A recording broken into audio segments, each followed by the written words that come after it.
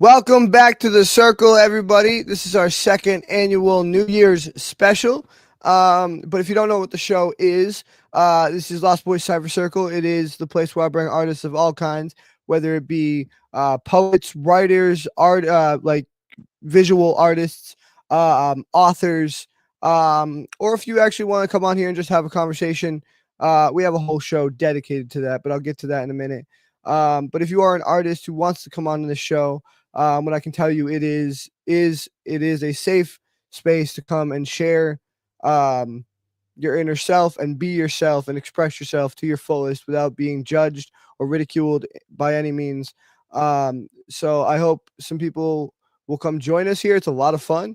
And it's a great community. And even if you don't come on the show, I encourage you to go check out the Lost Boys Facebook group on Facebook. But if you do want to come on the show, message me on Dylan Lawler on Facebook or thank you, Brandon. Dylan Lawler on Facebook or lostboy420x at gmail.com. That's Dylan Lawler on Facebook or lostboy420x at gmail.com.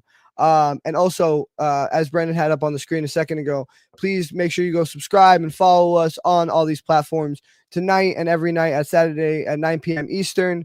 We are live on Facebook, YouTube, and Twitch. Yeah, on Twitch. You can also find extra clips on Instagram, TikTok, and YouTube. And then go check out audio versions on. You'll actually only find audio versions on Spotify at the moment. We are having some difficulty with those other platforms, but please still go subscribe and follow to them if you do happen to see this. It does help us, and every little bit helps. And it's kind of how the algorithm works too, is if you're doing good on other platforms, each one will push it further up in its feed. So make sure you please go and subscribe to those, and we'll get the audio versions up as soon as possible. But as for right now, if you'd like to listen to them in your car or at work, whatever, they are on Spotify. So make sure you go check that out. And also that show that I was talking about at the beginning, we have a sort of segment or a sideshow of this show dedicated to just coming on, having an interview kind of style, kind of conversation, one-on-one, just kind of going deeper into the artist's mind, my mind, kind of what makes us tick. We can talk about anything from politics to emotions to, I don't know, why stripes don't look good. It really it goes anywhere and everywhere. And the episodes that I've done so far, I believe we've done about 7, have been with some of my favorite guests from the show that you might recognize. So make sure you go check those out on YouTube. Yeah, it's just been a lot of fun recording those episodes, and we have a lot more coming to you. So if you want to be part of that, also message me, Dylan Lawler on Facebook or lostboy420x at gmail.com. And we will schedule a time to record an episode. That is the other thing, is those are typically pre-recorded. So that gives us, if anyone is concerned, that does give us freedom to pause and to edit. So that gives us more leeway that way. And that is not to say that we will not have live deep cuts, because that is something I've been thinking about and putting into the works. There's something I've been thinking about. Stay tuned for that. More information on live deep cuts, but I got some interesting ideas where that is concerned. Anyway, last thing, kind of in my spiel, is if you'd like to donate to us at all, anything from 10 cents to $10 helps. Cash App, Venmo, or PayPal. Yeah, thank you, Brendan. Cash App, Venmo, or PayPal. Lostboy420x. Please don't forget the X, or you'll type in someone else's tag. Now, before we do get into the show, as I said last week, I will try to keep it somewhat festive, because it is the holidays. But that being said, because this is a place of free expression, it does tend to get somewhat triggering sometimes. And that can be for any number of reasons. It doesn't necessarily have to be because the subject matter is dark or gritty or related to mental health in some way. The smallest thing can set anybody off for any reason. And just know that as someone who deals with mental health myself, I do understand that. and the show is not meant to trigger you in any way. It is just meant to be a way for us to express ourselves and get our own inner demons out. But if it does trigger you in any way at all, please feel free to click out at any time, whether it be artist or audience member. And yeah, I hope that we can have a good time, and that nobody does get too triggered. But I always like to put that out there just in case. And also, before we start the show, I do, because I am someone who struggles with mental health, and because I created this show partly to, one, help myself with my own mental health and to try to help others with theirs. I always try to give my best piece of advice where that is concerned. And my best piece of advice is to not keep it bottled up, not keep it locked in, and talk to someone about it. Let those feelings out. Make sure that you have an outlet, whether it be coming on this show, messaging somebody privately. There's plenty of people on the show who would be happy to talk to you any day of the week, as well as myself. But really, I mean, a family member, a coworker, there's always someone you can reach out. And I just really urge you to just reach out to those people. Also, if you're looking for some more professional hotlines, the Lifeline Crisis Hotline for America. I know we do have some foreign guests, actually one of them on the show tonight, but the Lifeline Crisis for America is 988 or lifelinecrisis.com. So, and they have some like trained professionals and stuff like there, and resources and stuff like that on there to help you. So, I hope some people can find help there. And then there's also BetterHelp, which, get this out of the way right now, it's not a paid promotion by any means, just a place that I've heard a lot about and I've heard good things about. So I figured I'd give some people some resources. And I've also heard it's one of the cheaper options out there. And as I'll explore in my piece in a minute, a lot of people who struggle with mental health also struggle with financial situations. And they kind of go hand in hand a lot of the times. And so BetterHelp can help with that as well. They have cheaper options for therapy. And they also have a system where if you don't like the therapist that they hook you up with, they will go ahead and switch you out free of charge until you find someone that you do connect with. So I hope some people can find some help there. And yeah, let us get on with the show. Oh, also, obviously, comment section is open at any time. I believe we already have a comment. Oh, hey, my dad. What up, Dad? He's always tuning in. I always appreciate it. He even tuned in to another podcast I was on. Guys, go check out, quick shout out, The Immersive Experience on YouTube. Great podcast, especially the episode I was on. Wink, wink, nudge, nudge. Go check that out. It was a lot of fun. It's on my YouTube as well as Desi Lou's, which is the Immersive Experience YouTube. So go check that out. But that being said, I didn't write a New Year's piece for you guys. So I have my Christmas piece from last year that I'm going to do again. I hope nobody minds. Yeah, just give me a minute to gather my stuff. This one is going to be called The Nightmare Before Christmas. And hold on. You know what, Brandon? Now that we're live, just show them your outfit again. Here, turn on your camera.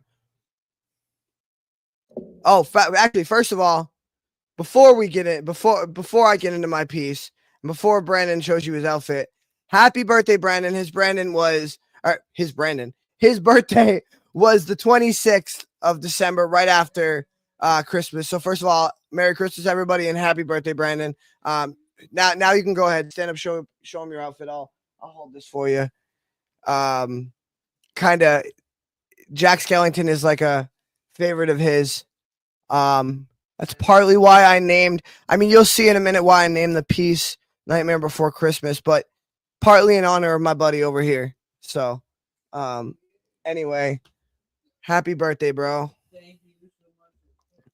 And, I didn't get him shit because he's my slave. No, I didn't get you slippers. What are you talking about? Oh, fuck it. I don't know what he's talking about. I didn't get him slippers. All right. Here's the piece. It goes like this.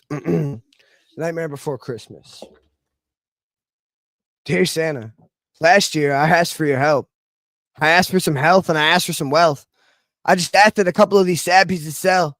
What I'm asking ain't much. I ain't asked for an elf. I just need a little paper I can wrap it myself. I guess I should have asked for a ladder because I'm trapped in this hell. But the fact is, I actually don't rap for myself. Because I'm in the spirit of giving.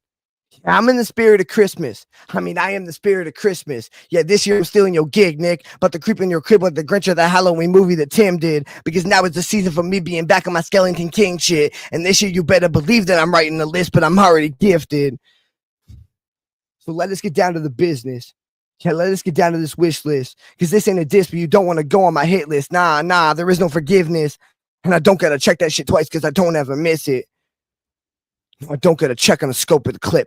I just go and I hit and I hit and I hit and I hit and I hit to the dome till that shit's going click. And since I'm the new Santa, I'm going to get all of the things that I hoped and I wished. Yeah, there's a few things that I'm fixing to get me to pimp me. I don't mean to trip. I don't mean to be cringy or stingy. I heard that the cool kids, they call it a drip. Ayy. So I'm going to need a new car with, I think that they call it a whip. Ayy. And I'm going to need a few chains and some braids in my hair and some diamonds to put in my fangs. I need those scribbles all over my face. Yeah. Because I already bought all the baller ass gifts for the awesomest kids, but I'm robbing back dollars for all of that shit. Yeah, I'm helping myself to your wealth. You can call it a tip. I've been working too hard and too often. I'm calling it quits. But the walk in the bank with the stocking, like, don't be a hero. Put all of it in. And please just don't think that all of these skills have gone to my head. I just need me some bills for my car and the rent. I thought hitting rock bottom was all in your head, but depression is real with no dollars to spend. And as long as I'm caught up in all of this debt, I can't reach my true calling. I'm always depressed. Yeah, I think that I'm finally starting to get why my mom was exhausted with all of this mess. And if I'm being honest, I often get lost in my head with the thought of me not being all that I can. I hope that I'm half the father that mom was back then, but with all that she did with the odds and the ends, it's just sometimes I'm finding it hard to contend. But maybe this Christmas I bought enough gifts to just partly outweigh all the garbage I live. And maybe this Christmas it is what it is. If you're trying your hardest, that's all you can give. I guess that the rest is just up to the magic of Christmas that started this shit. Because it is the magic of Christmas that keep that shit going. And happy little kids that are keeping us knowing that we can believe in our dreams and the people we miss and we need are just not here to hold us. And though there might be all this darkness inside, just know that we all have our darkness to fight. If we fight it together, we're thriving in life. So I'll be the red nose and guide us with light. And then we'll exclaim as we fly out of sight, Merry Christmas to all, and to all a good night. And that is that piece. Yeah, what do you guys think of it? Because I don't know if I did that last week. Brought people up to see what they thought about it. Let's go. That's lit right there. Bro, that drill type shit you got going. I'll fuck with that. You literally brought more energy than last week when I needed it. Caleb, are you talking about the fangs part? No, like the drill type shit, like the way you were singing it there at the beginning, like like with the you said it like you were fucking like, listen, bitch, like here's the like, I don't know, just the way you made your voice there sounded so appealing to me, right? And it sounded like yeah, Lil Malibu teach me to drill. The growl, like the little rasp in the back of my throat. Yeah, you nailed that, bro. But yeah, that was intentional. Yeah, that was intentional. So thank you for noticing. Thank you for noticing. That was intentional. Yeah, that shit went hard. And that's why I on part of the on one line I choked up for a second because my throat caught. I got as I was doing the growl, my throat caught, and I was like, hang on.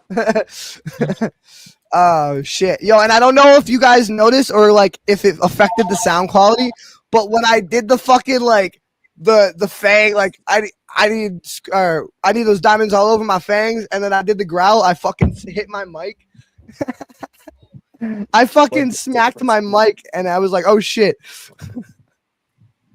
Nobody paid attention nothing, but I didn't even catch it.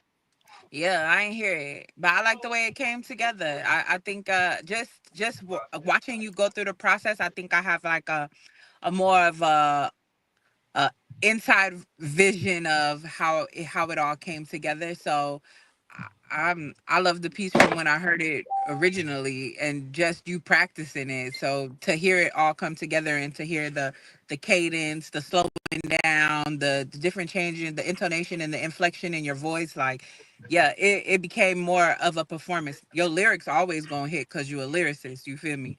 But when you add the dynamic of voice play, when you add the dynamic of like everything that you did, yeah, it made the piece hit a little harder. So definitely. Keep up the Word, good thank you. work. I appreciate it. Yeah, I mean that's And then yeah, and yeah, just because let it float through the that's range. really what I've been working on is my like inflection and like how Bro, I. you know, baby man them used to have to sleep with those. Oh my bad, y'all. No, you're good, you're good. Yeah, that's what I really been working on though is like my inflection and like how I perform the piece versus just nailing the words. Like it's about the inflection and I know that like that's my weakest angle. That's my weakest asset, I should say. Like that's my weakest area is the actual. It's funny because the weakest area for me in rapping is the actual rapping part of it. The writing is fine. The actual rapping part of it is what I need to get better at. But yeah, that's it. Thank you for noticing my both of you, Caleb and Desi, my inflection, because that is definitely something I'm working on. Man, not just the inflection, the wordplay itself was just sick with it. Like you drop bars after bars. Like you really Fuck yeah. You gotta listen to the words that you saying. Like even when you talk about how you robbing back dollars for all of the kids. What all of this shit that you say, you talk about all of your bills. Like you take us through a story. I can understand why you was hyping yourself up with Joyner Lucas, because he definitely like the storytelling quality is there. Like she said, like you know, you're a lyricist, so we always gonna get the lyrics if you listen to what you saying. I think why the cadence and everything that you're talking about come into play is it because it makes it easier for us to hear you, to relate to what you're saying. But like I said, your lyrics always, yeah, they be spot on, bruh. Yeah, for real. And I was listening to Joyner before the show started, and that's kind of why because he toes the line much like that song. I feel like he toes the line between like gangster rap and lyrical rap, and he does it so well. And it's just like he even when he's doing like his hype songs that are like it's closer to gangster rap, but like he's still like lyrically superior to most people and just like killing it with the fucking bars. So that's like when depends like depending on the type of piece I'm performing, like I try to listen to like music that puts me in that kind of mindset. And the mindset I wanted to be in was like like not to be corny, but like on some gang shit, but like also on some lyrical shit too. You know what I mean? And that's and then when I thought of that, like the first person I thought of was Joyner, and I was like, all right, I'm putting some Joyner on. But yeah, yo, I appreciate you guys. I'm glad you enjoyed it. Thank you. Word. All right, yo, I'm gonna get us moving here with the guests. First up is my man Caleb here. If y'all didn't know my man Caleb, then welcome to the show. Go rewind it and listen to the introduction because you must not have been here before. Because my man Caleb's on almost every week. He's like the backbone of this show. He is like he I don't even know what to say about him, man. He's just literally makes this show what it is. So, man, thank you for being here once again, and I appreciate you just keeping the grind up, no matter how hard life gets for you. Just always showing up and being here and expressing yourself, man. Like you have no idea how much that means to me and means to all of us. So, thank you, and make sure you go follow him on TikTok at KC790.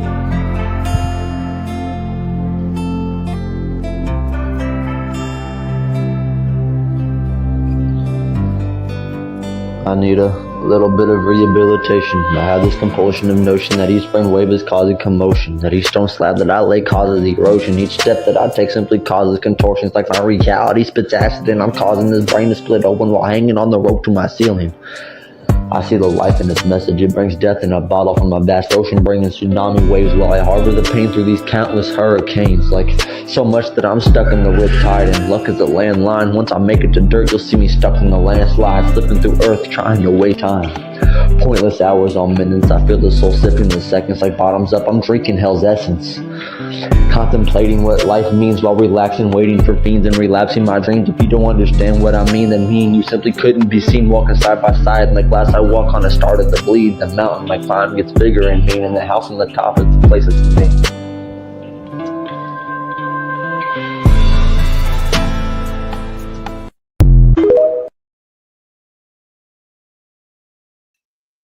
What up, bro? What's good, man? What's good? How you been? How you been? We're doing all right. Doing all right. Had a good Christmas. Good, man. Fucking kids this year. Dude, I have seen some pretty nutty videos. I've seen some pretty fucking nutty videos. Some motherfuckers got spoiled as fuck. And I will tell you that my pockets definitely felt that. I will say that. I will say. But it was overall like, and it like part of like what I try to convey in my piece, like, is just like, it's why, and if you go back like last week or like last year or whatever and listen to my last Christmas piece, like part of what I was trying to convey too is like, it's not like at the end of the day, it's not about the fucking money. That's why I end the pieces like I do. That's why I start with that material shit and that like, and the reason, and I said this, I think I said it on last week's podcast, is the reason that I chose that style was because I feel like gangster rappers, you know, with the braids in their hair and the diamond on their teeth, you know what I mean, and the chains, they are the ultimate symbol of material possessions and material gain.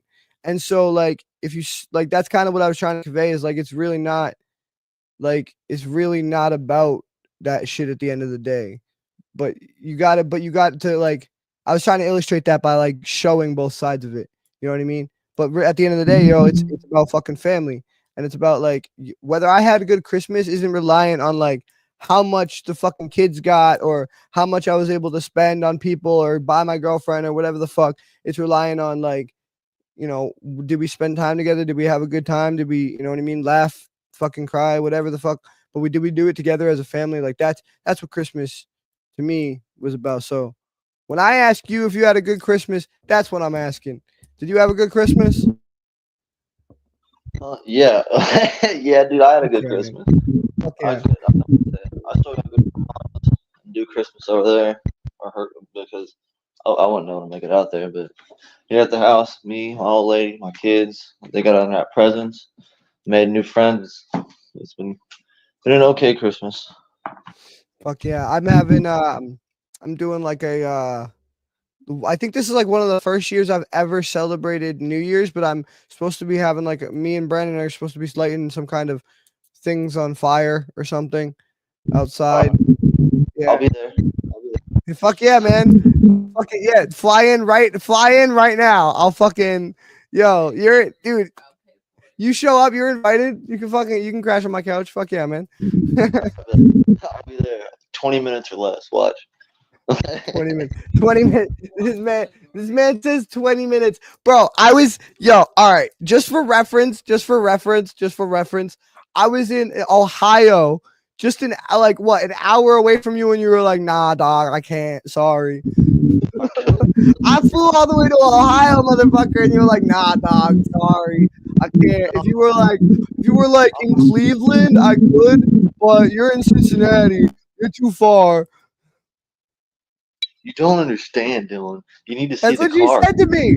That's what you said to me. You were like, "Oh man, I'm sorry. You flew halfway across the country, but Yeah, if you were just an hour closer. I'm just Are you kidding, dumb? man. I'm just What? fucking with you. I had a better car done. I would have been there. Motherfucker, fuck you. Yeah, I'm just fucking with you. Nah, but you know what though? Next time, cause my friend lives out there. The one I did go to visit when I went out there on some real shit. And next time I go to see him, I will definitely rent a car and fucking. If you want me to drive to Cleveland, fine. I'll fucking meet you at the fucking. I'll meet you at the border or whatever the fuck you want me to do, wherever you're. Figure it out. Cause I'll be Yeah, making. I fucking. make the whole trip because I'll be making. I'm making quite a bit of money here in a minute. Yeah, wait till we link up in person, y'all. Y'all ain't ready for the collab album. Y'all ain't ready for the collab album. I swear. To God, bro, I swear. Like, yeah, man. Word. So, it wasn't specifically like a mandatory thing, but do you have a New Year's speech for us or something different? Because that's what I would. That's what I was asking you earlier when I was talking to you. Is I wasn't sure whether it was a New Year's piece or if it was just like a piece. You know what I mean? I get you. So it kind of is a New Year piece because every year it's kind of like New Year's resolutions. Okay. Mm-hmm. It mostly relates to that subject, and every year, okay, out loud to myself until I got onto the show, I've read this every year to myself, okay, as kind of like a reminder of my New Year, my resolutions that I need to complete. Every year, I need to figure out how to do the best I can to this song. I got to figure out a way to replicate my life into this song. I have to make this song become true. This song is the dream, in a way. All right. Word. I like that. I like that. Setting fucking that's I like that because that's like I like to say manifesting your destiny. I think I actually have a song or some kind of poem or something about that. But I've always said like manifesting your destiny. I know it sounds corny, but like you really do create your own reality in the sense that when you I don't know if you're always just like focused on bad things and just like focused on all the bad things that are happening and all the bad things that could happen, like you're just gonna manifest more bad things. But if you're manifesting, like if you're focusing on your goals and like moving forward and upward, um, you're gonna move forward and upward. Like you can't drive a car forward if you're looking through the fucking the back. You know what I mean? If you're looking at the rearview mirror, and that's why one of my favorite quotes from Jelly Roll is remember that the rearview mirror is smaller than the windshield for a reason because what's in front of you is more important than what's behind you because you can't move forward if you're looking behind you. You know what I mean? So yeah. Anyway, you got the little Justin Bieber hair flip going. I dig it. Fuck yeah. Fuck yeah. I can't quite do it yet. Not yet. I'm just looking like a retard. I just look like I have some kind of condition. I almost said something that would get me very canceled. Probably. I don't know what you're allowed to say anymore.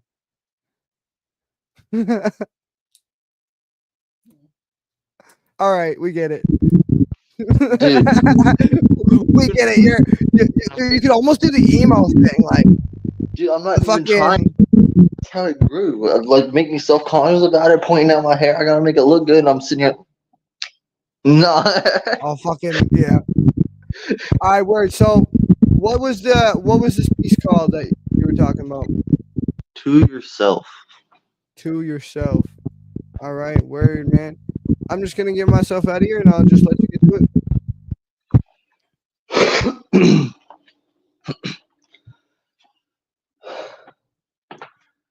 So, say it to my face. Tell me what I'm worth.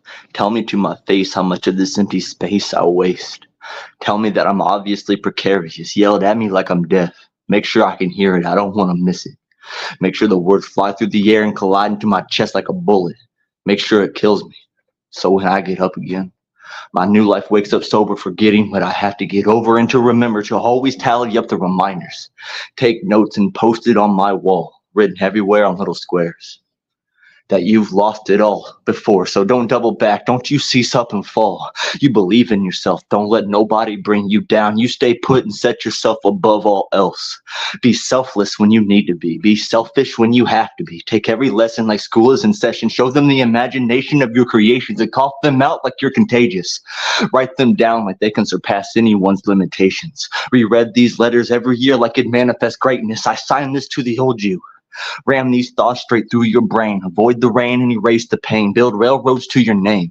Build each wooden slab engraved with your past and move past it until you're too weak to build past the last hill and blow your gasket. Stretch words out like they're elastic and show the world you have skills to bask in, like a blacksmith to his hammer striking the anvil to create his weapon. Be careful for each breath you take in. Be aware of each step whenever you start taking in wins. Believe in yourself and you'll see the world in a new lens. And I sign this to the new you. Who am I to prove what I'm worth compared to the pictures I drew in my head? I tell myself what's the truth in dreams that they never come true, but that thought alone drives the best from me. I'll keep that attitude that I'll be rich and see the crowd move. So say it to my face. Tell me what I'm worth. Yell it at me like I'm deaf. Make sure I can hear it. I don't want to miss it. Make sure the words hit like a bullet and collide with my chest. Don't think of me less if I drop. That's just the test. I'll get up because most of these bullets are mere pest and I don't fall like the rest. I don't draw up images to create words and herds. I draw curves to make letters to read when I need something to relieve what's built up inside of me. So like a message in a bottle, I'll send this out to sea. And once I read it again, let others see. This is what you're meant to be. Let others see this is just a dream. Let others see I can be what I've set out to be. Place the words aligned together casually like a masterpiece in work. I am undoubtedly the master breed hunting through wood causing casualty. I'm dastardly. I bleed like a fiend and write words that could be played on the television screen, and I'll be obscene if I need to be. I sign last to the current view of the most recent you. I'll say it to your face. You're worthless if you don't put out. You're worthless if you don't write like every thought is given doubt. You'll pace less if you drown in the alphabet and create words worth diamonds. Don't lose sight of the stars to dilate astronomical bars and keep dreams far enough away so they don't fade. You'll work towards it, but don't ever reach it. Just dream bigger and forget your whole figures. Forget the times you wanted to slam that trigger. Black out from the liquor and be damned forever to see the cup is half empty. The last 50 in a glass half filled with whiskey, but I'll forget the drink to take a second to blink and think you're already at the bottom so you can't sink. Swim to the top and write like you're trying to make others shrink. Don't let others tell you what you're worth because you're already worthless. So when you rise up, let others judge your worth then. Let others follow your pen when you jot down words like you're trying to make amends for sins, and when you're trying to rake the leaves from your memory tree. Always remember to tally up the reminders. Keep taking notes and post it on your wall. Keep writing on little squares when everything seems unfair. When they tell you to say it to your face, how much of the empty space you waste, you tell them to take your place. P.S. I wrote a note for the old you. Say it to my face, you thought you were a waste, a ghost lost in shadows just taking up space. Yell it loud how you stumbled through the years, let the echoes of failures drown in your tears. Every choice that you made like stones in a stream, those ripples in water never chasing a dream. But do you feel broken, like a shell of what's real, like those scars are reminders of the battles you feel? Like you wanted to hide and thought you'd never break free, but each fall was a lesson, a step towards a real. You'll embrace the past with every wound and regret, cause you paved the way for the fires you set, sincerely, to yourself. Yo. Yo. Bro. That was some next level shit. You fucking snapped, bro. Yo. All right. First of all, you had these lyrics sent to me and you fucking you deleted the message. I'm gonna need you to resend that to me real quick because there's parts of that I want to quote that I need to get right because God fucking damn, bro, those rhymes. Brandon was over here going, woof. Yo, that fucking that has to be dastardly fucking rhymes. Ooh, that rhyme scheme was off the fucking hook. Just there were so many like double or triple syllable rhyme schemes in there, which I was just absolutely insane, bro. I can't. Dude, I just and yo, all right. So before, all right, send me the lyrics real quick while I'm talking. But while you're doing that, I do want to say that one thing that really like stood out to me that I vibed with a lot was um where you were where you were saying like if you don't put out then you're a nobody, and then you'll like I that's why I want to quote the line exactly, but essentially fall into obscurity, and like I really vibe with the constant feeling of like if I don't keep creating, if I don't keep putting out pieces for people to hear and listen to, or if I don't have a new piece for the show every week, I'm gonna fall into this thing where it's and I think I talk about it a little bit, but you just worded it so fucking well, right? Um oh my god, yo, and this rhyme scheme, the last 50 is a glass half filled with whiskey. Oh, I loved that line went so hard. Let's see if I could find the line I was talking about. Um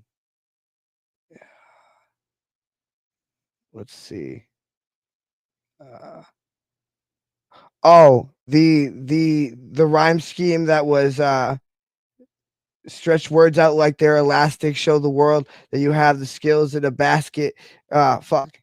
I can't even do it. Bask in like a blacksmith to his like bask in like a blacksmith. Like the way you fucking enunciated that and like it rolled off your tongue like bask in like a blacksmith. Like it was so clean, and like the every single bar in here, the way you would like enunciated it and like put it together was just so clean, so fucking clean. Um, where was it? I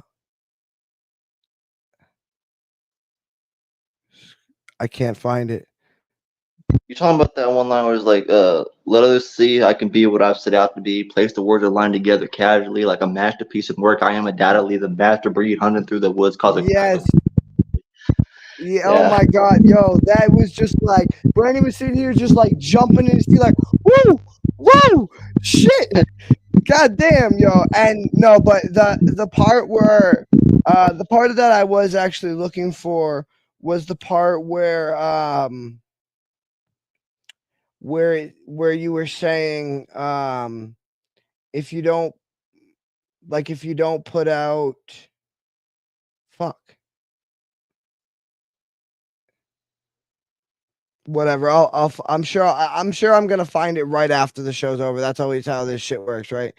But no, I really essentially what you were saying was just the feeling of always having to put out more and more and keep the train running in fear that the train will break down and stop. And I really vibe with that a lot.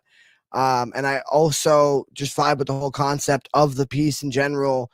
I thought it was honestly, I mean, lyrically, I'm gonna have to go back and listen to that a billion times because lyrically, and as far as flow and cadence and enunciation, that might be one of your best fucking pieces yet. Like that, you snapped, bro. That shit was on some next level shit with rhyme scheme and cadence. And I know a lot of people don't like, man, a lot of people don't get this. And so I don't know how many people I'm really speaking to on who understand the technical level of it, right? And how my ears hear things could be different than the way your ears hear things, right?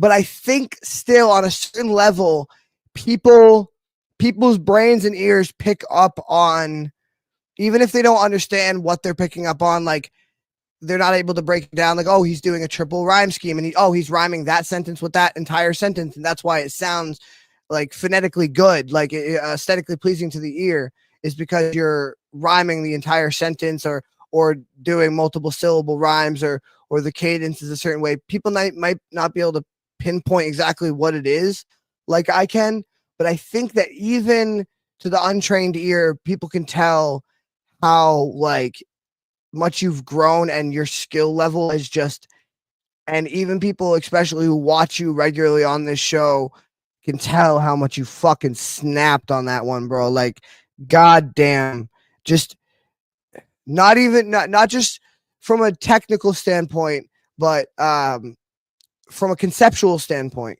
because it was a letter, and I loved, because the whole time I was thinking this poem should be called Letter in a Bottle. And then there was a certain line right at literally, like right as I was thinking that, where you actually said this is a letter in a bottle. And I was like, holy shit. Because literally that's what it felt like. It felt like a letter to yourself. And as you know, and I've said this a million times, that is one of my favorite song or story concepts. You know, I have the Speaking to Demons piece that I wrote, or the whatever, like a letter to yourself is one of, and it can be done so many different ways and so many different styles, and it is always fantastic when done correctly. And you did it just above and beyond the stars, man, like phenomenally. The conceptualization of that was just so well thought out and so well fucking executed. And I think that it had just the right amount of like anger and sort of like bitter regret, but also that, like, at the same time it felt like hope too, because on one hand you're saying, like, it feels like you're talking to like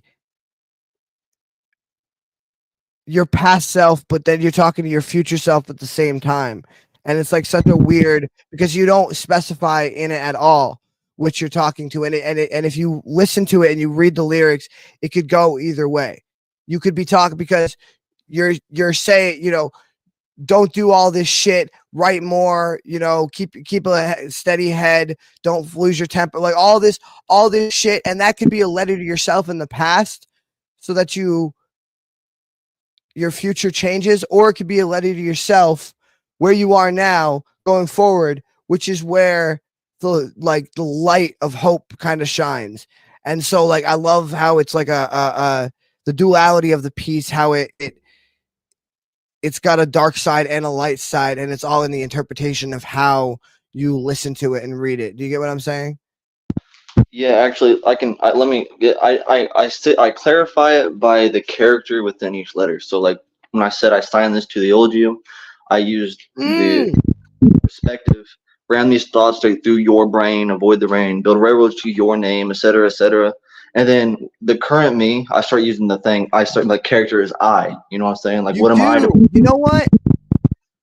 Oh my God! Then for the Your future, I storytelling, man, bro. You are getting so good at like conceptualizing and executing your storytelling, man. Like, because that, I that's the type of line that I picked up on when you were reading it.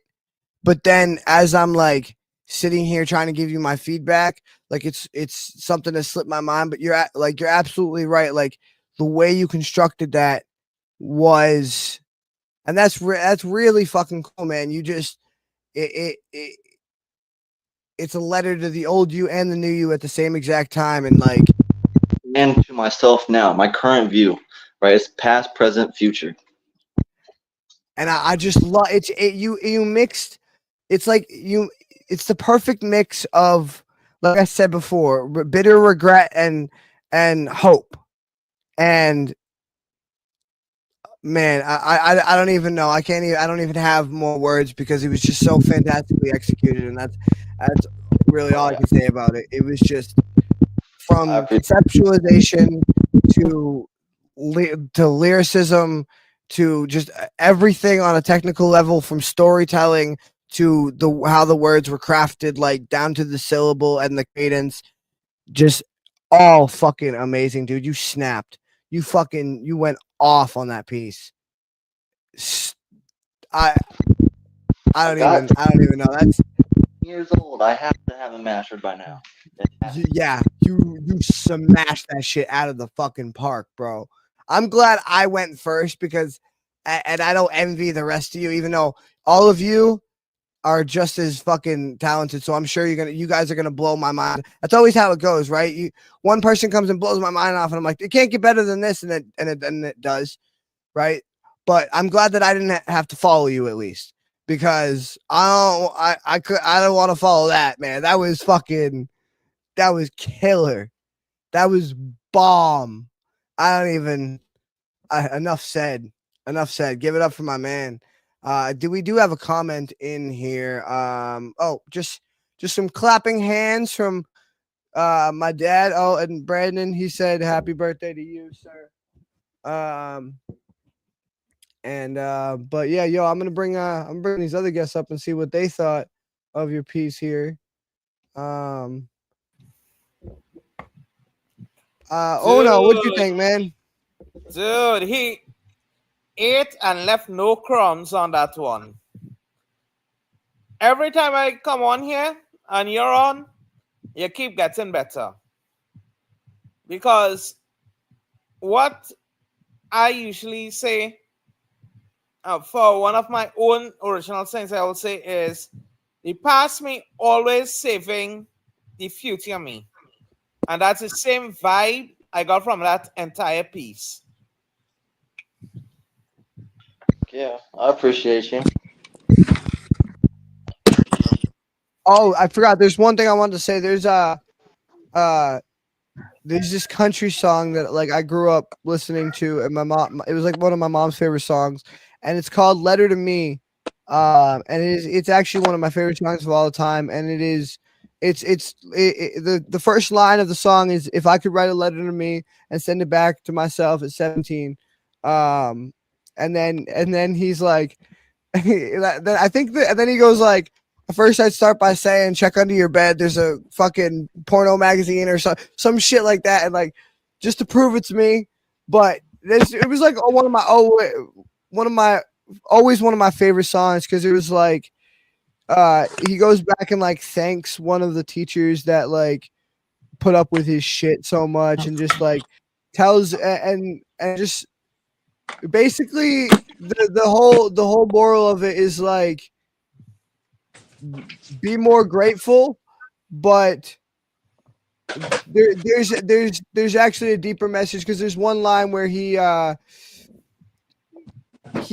like, oh, if you're don't forget to fill the truck up with gas before that date with so and so or whatever. That he's like, actually that one turns out kind of cool, and he goes through kind of examples like that where it's like he fucked up and he made a mistake, but it ended up like teaching him a lesson, or ended up turning out cool or good in the end. And it's kind of like the moral of the story is just like, all the things that happened to you is what made you who you are. So don't try to change any of it, but just learn from it and be more grateful for what you had. Is all. And I always really love that message. Even when I was younger, like my mom showed me that song when I was like 5 or 6. Like, and I've always remembered that lesson. So that's something I've always vibed with, bro. But anyway, I'm sorry. I stole the spotlight from these other guests with my big mouth again. Poetless, what did you think? He's always my favorite. And whenever I come on the show, it's like I always have to recheck myself, because I'm like, golly, gotta go back to the drawing board. But I loved it. That's what I'm saying. I like how you express yourself in a way where everybody can understand it. I thought it was really, really dope. Now I gotta rethink my piece for the night. But you my favorite. Trust in yourself. We all have an on me moment tonight. You know it. Yeah, and that was definitely his. On to his me moment. Desi, just so you know, this is the originator of the on me movement, or our slogan on me, which I believe I explained to you on another episode, or on your podcast. Absolutely, you most certainly did. Yeah, but go ahead. Yeah, what do you think of Caleb's piece? Well, first and foremost, I love his ability to articulate through literature. So, for me, I asked about you and I couldn't remember your name. And I was like, he was on this one podcast with us. It was me, PR Infidel, him, and then there was another person that I am now forgetting, and I kept asking about him, and I was like, I don't remember who he was. I can't. And then there you are again in all of your glory and your genius, and I was like, I am enamored with you. I definitely believe that the way that you have the ability to put your words together, to tell a story, to walk us through your thought process. I think you said this on an earlier podcast about how I don't know, like your thought process is fragmented, but at the end it all comes together essentially. Your thought process is like a waterfall to me. Like if you was to like put one of them back flowing incense and how they just run backwards and it just flows so well, like that is what you are capable of doing. And not only is your darkness enticing, but the light that you have the ability to write while conveying darkness is magnificent. It is beautiful. Okay, I'm done. I just have one thing to say to all that. Immersive experience, unlocking the cage. Just saying, possible title, just my little two So, cents. That's Kay, Unlock we definitely ready. Yo, man, and I'll tell you, I'll talk to you a little bit more about it later, but go check out my episode. Her show is fucking just kick ass. Is literally the most fun I've ever had on a show ever. Period, hands down. Like, I mean, it rivals my favorite episodes of my own show that I've done. Like, just that one episode, bro. You gotta go get on her show. That would be a fucking killer episode. That would be a killer episode. You definitely got to get on her show. Just saying, unlocking the cage, not a bad title, not a bad title. I nah, like, bro. I like. Just an idea. um, Lady Crucible, we haven't got to you. Did you get a chance to hear his piece? You were kind of cutting out a little bit there. Yes, I actually got to hear it. First off, the wordplay is sick. I agree with you, Dylan. Man, you got some lines in there that, and I can't quote them, but I'ma just say, man, that's one of your best pieces ever. I would love to hear that on the track, for real, for real. Mhm. Hey, look, that just you know what You're cutting out a little bit. Try to keep your phone still. Can you hear me? Kind of. Go again. Can you? Yeah, you just got a little bit of static. That's all. That's weird. My phone's All right, audio go ahead. sucks. My buddy, he moved in with us. He has a studio mic, so I'm about to have microphone quality going on. And then I have another buddy at work I met. He makes beats. I'm fixing to get it all together. It's about to be great. It's about to be great. Nice, bro. Fuck yeah. Yo, I talked to you a little bit more of this off air, but my man Reaper, you might remember Reaper, my bro, my yeah, he just got himself something that's gonna help us with that whole endeavor, and he's getting he's getting very back into some shit, and he's gonna be back on the show very soon. And he's got some beats and some like he's bought beats, he's writing shit, he's got like he's getting equipment. Like we're about to be at least three of the four horsemen are about to be up and rolling again, and in a big way. Like I got some. I'm working on some shit with him, and we found a place where we can buy beats and shit. Like it's about to go off, bro. I'm just saying it's about to go off, yo. And yo, we get you on a beat, it's game over. Like the shit you can do without a beat, like the timing you can keep without a beat, and like I have been writing without a beat for so long, but like the second I get on one, like I can just feel my brain like just churning in circles and just like, you know what I mean? Yo, as soon as we get on the beats, yo, and get ourselves some proper equipment. I'm halfway there. I got my mic. I'm working on my setup, but yo, definitely, bro. I want to hear that fucking song like recorded, produced, put to a fucking beat. Like that's where it's at, bro. You went off on that shit. I can't wait till you get some equipment. I can't either, but I'll be famous then. Look, I got on my fridge. I got a line that says, "I'm going to be rich one day." and it's gonna happen. It's gonna happen. Fuck yeah. Fuck yeah. Goddamn right. I need those fucking, what is it? What? I can't even quote my own shit. I can't even quote my own shit. What did I fucking say? I need some chains and those braids in my hair and some diamonds all over my fangs. Yeah, bro. What? Yo, you know what though? It's literally, it's not even about like if, it's about when, and it's about just holding that image clear in your fucking mind and not letting go of it. You can't like lose sight of that fucking image for 1 second. You can't let it slip. And I know, and like and I've seen it, because you, no matter what, you're always fucking on the show and you're always going as hard as you can, no matter what the fuck's going on in your life. You got kids running around in the fucking background, you got kids screaming, like you're just sitting there consistently. And before the show, the rest of us, we're sitting in the fucking green room, like chatting, having a fucking fun time, joking around. You're sitting there with your fucking mic off, and I can see you just like practicing your bars. You were so relentless, bro, and that's what's gonna get you there. Like the fact that you can see that image so clearly, and you just have the fucking drive and the fucking just persistence and relentless, just literally. The thing is, yo, you got to treat it like a job. You got to treat it as much like a job as any, even if you're not making money from it right now, you got to treat it as much like a job as your regular fucking job. Fucking, there's a story that when Eminem and Akon went to work on Smack That. Mhm. Akon showed up at the studio one day at like 5:30, and he called them. He's like, "Yo, where you at?" He's like, "Yo, I went home. It's 5 o'clock. I'm done for the day." Akon shows up fucking 10 o'clock the next morning. M's like, "Yo, where you been?" He's like, it's only 10 o'clock. And he's like, "Nah, I get here at 9. It's a 9 to 5. I fucking do it every fucking day. And then I go home to see my daughter or my family or whatever the fuck." Like, you got to treat it. And that's, and that's the thing, is you see in that story both how he treats it as serious as, like, he treats it like a fucking job, but he also makes room for himself and his life, because to be able to create art and shit, you have to be able to do that.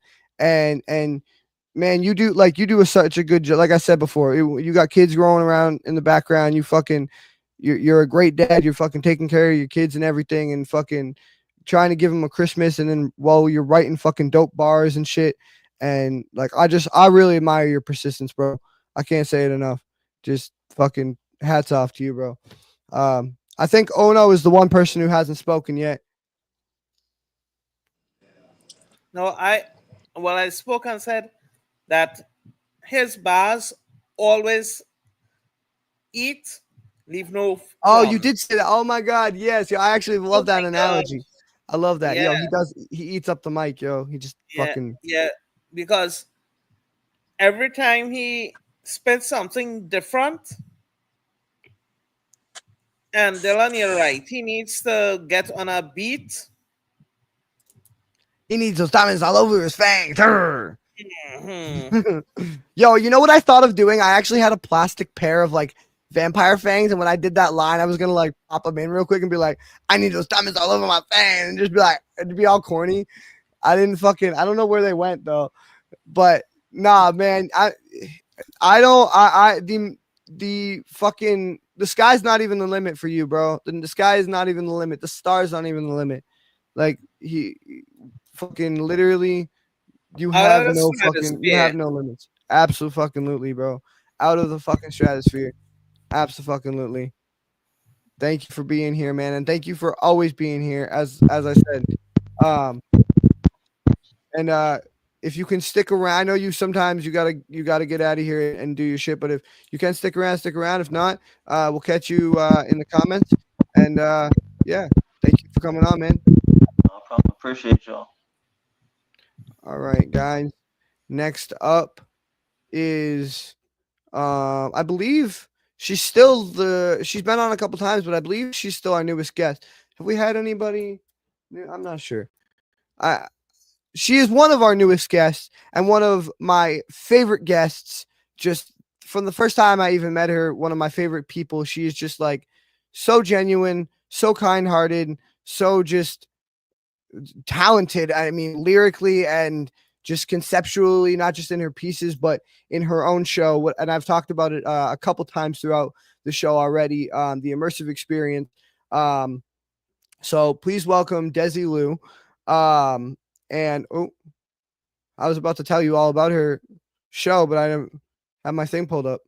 It's the immersive experience. It's on YouTube. And as I've said, I've done an episode and another guest that we've had on here, um, Patricia Ray, which is fantastic fucking author. She has also done an episode, and it was fantastic. So make sure you go check that out and check out her podcast, The Immersive Experience, which is every Sunday at 8, I believe. I could wait, no. I think actually no, she does 2 days. I'm gonna actually have her clarify so I don't fuck it up. I'm gonna have her clarify when she comes on here because I believe she does 2 days a week, and they're both at 8 o'clock, but I can't remember what the 2 days are. But she also goes by Miss Desilo also goes by her poet name, Chocolate Codeine, which I absolutely fucking love as a stage name. It is just one of my all-time favorites. And if you say it like when I say chocolate codeine, it sounds like I'm saying chocolate coating, which to me, like I love the double entendres. I don't know if you did that intentionally, but I love double entendres, especially when they're worked into like clever nicknames, which is really dope. But anyway, she's a poet, and as I mentioned, a podcast host. And like I said, you can go check out her YouTube channel. Her Instagram is also the immersive experience. It's got a underscore though, the underscore immersive experience. And then her Facebook is Desi Lou. That's DESILU. And then TikTok is Chocolate Codeine. That's CHOKLATECODEINE.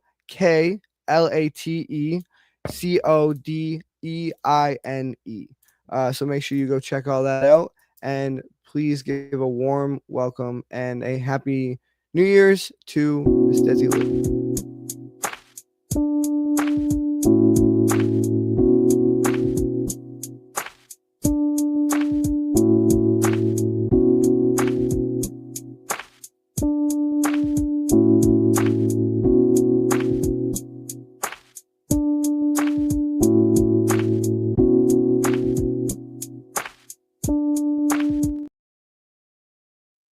Hey, welcome back. Hello. Thank you. Thank you so much. I'm happy to be back. It's always great to be here. I like it Yeah, here. yeah. Thank you for being here. You, like I said, you are instantly one of my favorites. Instantly one of my Oh, favorites. Not only my favorite artist, but just one of my favorite people in general. Like, so thank you for being here. no problem. Thank you for always having me. I appreciate that. And also to your guests in the green room, if y'all looking to have exclusive interviews, you could definitely we could collaborate. Don't forget that. Yeah, immersive experience. Make sure you check it out. I highly recommend you interview everybody I've got on tonight. Yeah. I like I said, Caleb, I think that would be a fucking fantastic episode. But any one of these guests would be fantastic for your show. So definitely make sure you go hit up Desi and anybody watching. Um, it is amazing vibe. It is literally. It's just like this show. She puts so much work into like making the artist feel comfortable and making them feel like they are like the star of the show. And you did so well with that, and just all the time and effort you put into that, and it made me feel so great. So thank you. Oh, no problem. It was worth it. It was well worth it. You were amazing. So thanks for Thank making you. the show possible. Absolutely. Thank you. Well, first of all, happy New Year's. Happy New Year's. Ah. Did you have a good Christmas? I did. I got to sleep. I just chilled. You know, the best gift that I ever got for Christmas was rest. No, like so. I didn't do anything. I just chilled. I had a Fuck few gifts. yeah. I got a book. I got a new book for Christmas. So it's called The Gentleman of Moscow. I think they just made a series out of it. So I'm definitely a reader. So I'm definitely gonna read that, see what it's Nice. about. Oh, and if you haven't, yeah, if have you finished reading Miss Patricia's book? I have not, Oh, but I if you get will. time, yes, if you get time, it's really, really good. It just gets, I don't know. Yeah, a great storyteller. It is perfection. Absolutely. She is fantastic fucking author. I love her stories, and her character creation is just something is so unique and so like, and the way she thinks about things and conceptualizes and then executes the telling of, see, and I'm trying not to spoil it, but like the telling of her story and the way her characters think and act is Mhm. just fucking phenomenal. Yeah, from Phenomenal. I even love it. from even the little stand-ins, the people you see really quick, they're even very well developed. Like, I I don't know. If you whenever you get done with that book, we'll talk. We'll talk. All right, definitely. I cannot wait for immersive experience part 2. So we'll Yeah. definitely. Oh, I can't. and it's on Thursdays and Sundays at 8 p.m. Thank Eastern. you. Thursdays and Sundays. I was like, I knew there was 2 days. I couldn't think of the other one. I did it on Sunday, I believe, or did I do it on Thursday? No, I did it on a Thursday, didn't I? Yeah, you did it on Thursday. I got my whatever. I got my days all mixed up. But anyway, make sure you guys go check that out. You can check that out on her YouTube and my YouTube, and please go subscribe to both of them. Yes, most certainly. And definitely check yours out. Yours is really good. I had a lot of fun with you. No, Thank you. Thank you. I no appreciate it. problem. Yeah. And Cage, So and I'd have a lot of fun with Cage too. And any of the other the ladies back there, oh no. Then there's uh two ladies. Lady Crucible and Poetless are the two ladies we have on tonight. Love to talk to you all as well. Trust me, we would have so much to talk about. Definitely. Absolutely. So what is this what's this piece you got for us tonight? This piece is entitled New Year, New Me. You know, what we Mm, always like to say. Very, very cliche, you know? fuck yeah, I love it. All right, I'm gonna get that title up here for you. All right. I even put the Put the emojis with it. emojis. Whoop, whoop. Yeah, I just Yes. copy and pasted. I knew that. Yeah, I knew that's why you put it there, because you wanted it just like that. So, yeah. absolutely. All right, New Year, New Me. I really like this title, and I'm just gonna drop myself out of here and let you get to it. All right, perfect. All right, so thank you for having me. And as he stated, I am Chocolate Codeine, the poet, and this poem is entitled New Year, New Me. New year, new me. That's what we like to say, right? Like we can just shed our past and throw it away. Old foundations cracked and worn, like old habits die if we just move on. We think we can leave them like roses without thorns, like forgetting the old you gonna help you shed your horns. Nah, I get it. You're torn. You conscious but unaware. The circumstance too much to bear. Life fucked up cause favor ain't fair. Like you Jekyll and Mr. Hyde, one part of you secretly spins your demise and the other side drowns in pride. And in the dark they collide. A battle fought due to the divide you let reside inside. That new year ego finna take you on a ride. New year, new me, but the pain still lingers. As I write to drain the ink from my fingers, the echoes of my pain become background blues singers. My memories hold the triggers, trying to forget the old me when I need to think and dream bigger. New year, new me, but the same old fight. Keep stepping into the same old flame, but the fire won't ignite. My vision won't take flight. Hmm. New year, new mindset. Keep making goals, but forgetting the mental reset. New year, new me, yeah. All right, miss me with the bullshit. Just show up for yourself and put the work in. Thank you.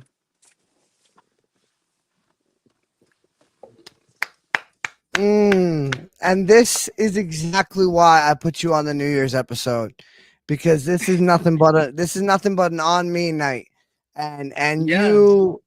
you are one of the most on me artists I know. You are just so empowering. You said something to me that I've actually been thinking about for literally 3 weeks since you said it to me on your podcast, and it really stuck with me. And I want to repeat it back to you. And it is, you are a giant fucking step like one, and goddamn you did, god damn you did. It's really all I gotta say about it. But I mean, man, the energy you brought to that, and again, the conceptualization of the, I feel like we have a lot of letters to ourselves tonight, but Mhm. the conceptualization of and I, like I said was saying before, the letter to yourself can be done so many different fucking ways, and that right there proves that you and Cage tackled that letter to yourself thing very differently, but also same in a lot of ways. And I love how the similarities were about self empowerment, bettering yourself, moving forward, pushing forward, becoming a better you. And I love Can you repeat that last line for me one more time? Absolutely. New year, new me. Yeah, I miss me with the bullshit. Just show up for yourself and put the work in. Mm.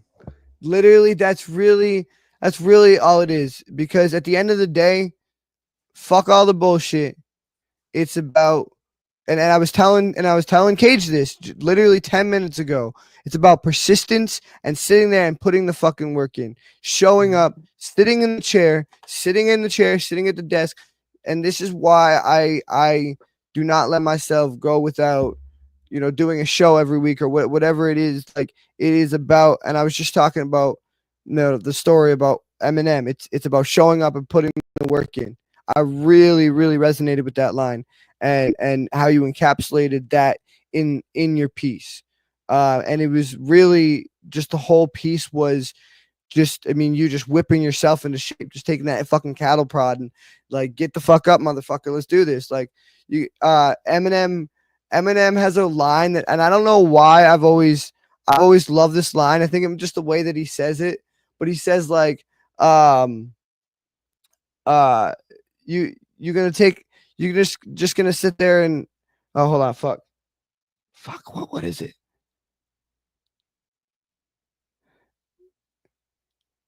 Fuck, I can't even remember the line. I think it was like, you're just gonna sit there and suck it. You're gonna make the world to the love of, or fuck, I can't even speak right now. I have dyslexia. You're gonna make love to the world, or you're gonna fuck it. And it's like, hold on, let me look up the line so I don't actually fucking misquote it, and I'll get Okay. back to you on that one.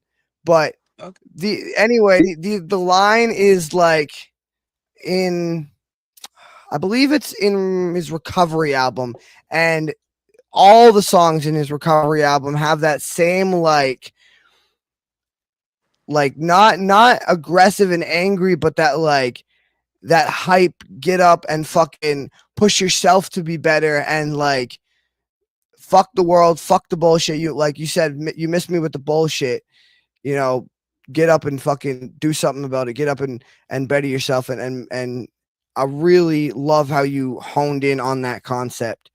Um and how you really encapsulated it. And man, your lyricism and cadence, as always, just phenomenal. I really, really love it.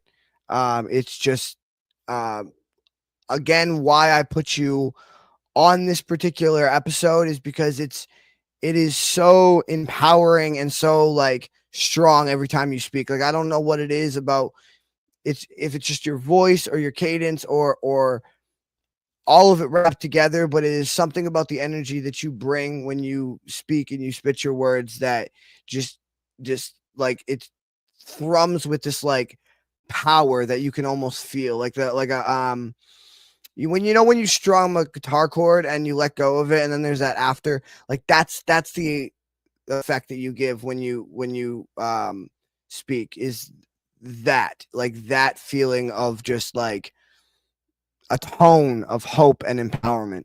And it's a tone that like resonates through your entire body. I don't know if I'm making any sense here, but You make a lot of sense. Don't sometimes I get worry. a little You're crazy with not the the first person analogies. who has told me that. Yeah, sometimes I get a little bit crazy with the analogies, but in essence, yeah, that you bring such a empowering vibe and energy, and spirit with your shit. Thank you. I appreciate that. I appreciate you always. I don't know. Like you just you make me happy.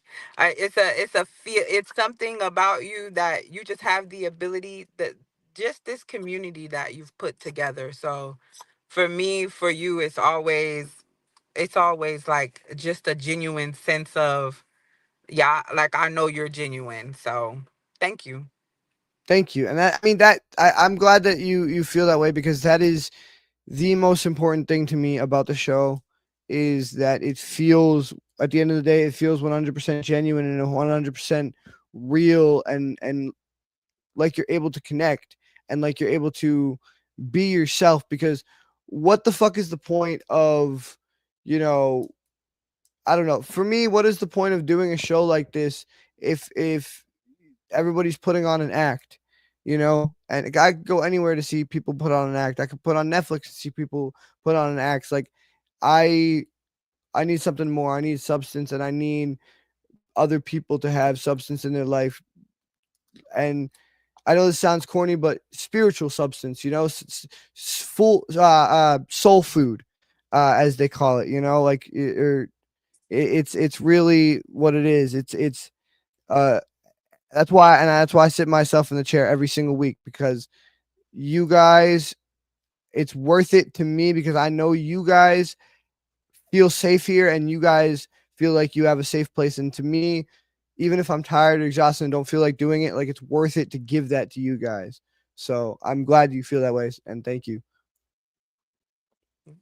Thank you. I'm gonna bring everybody else up to see what they thought. Oh no.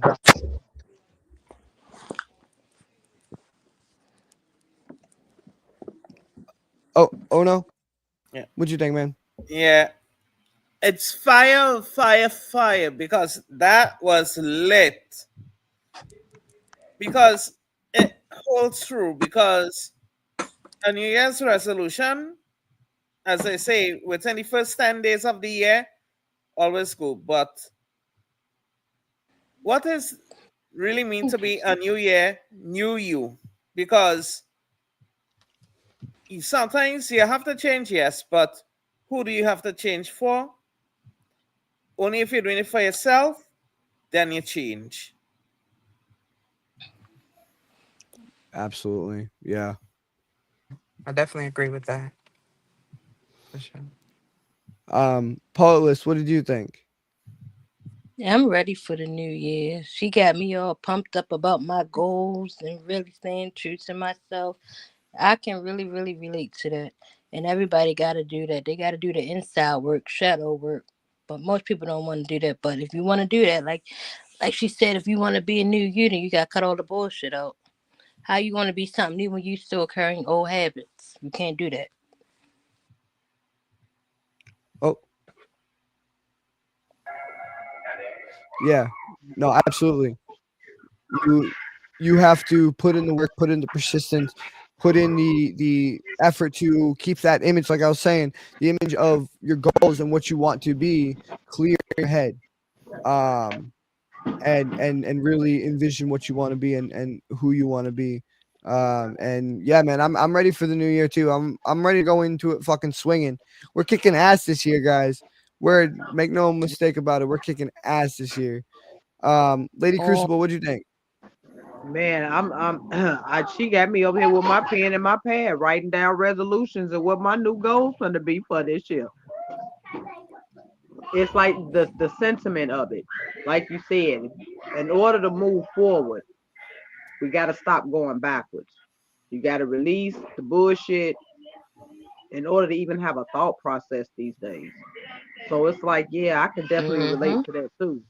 I can definitely relate to that. It's like relax, relate, and then just release it. Yes, Okay. that was yes. That was No, so that's black. That was fucking iconic. I don't know if anybody else caught that, but relax, relate, releases from Release. different worlds. Yes. Yeah. So It's a very nostalgic moment. I'm sorry. All right. Oh no, you hey, ain't nothing wrong with that.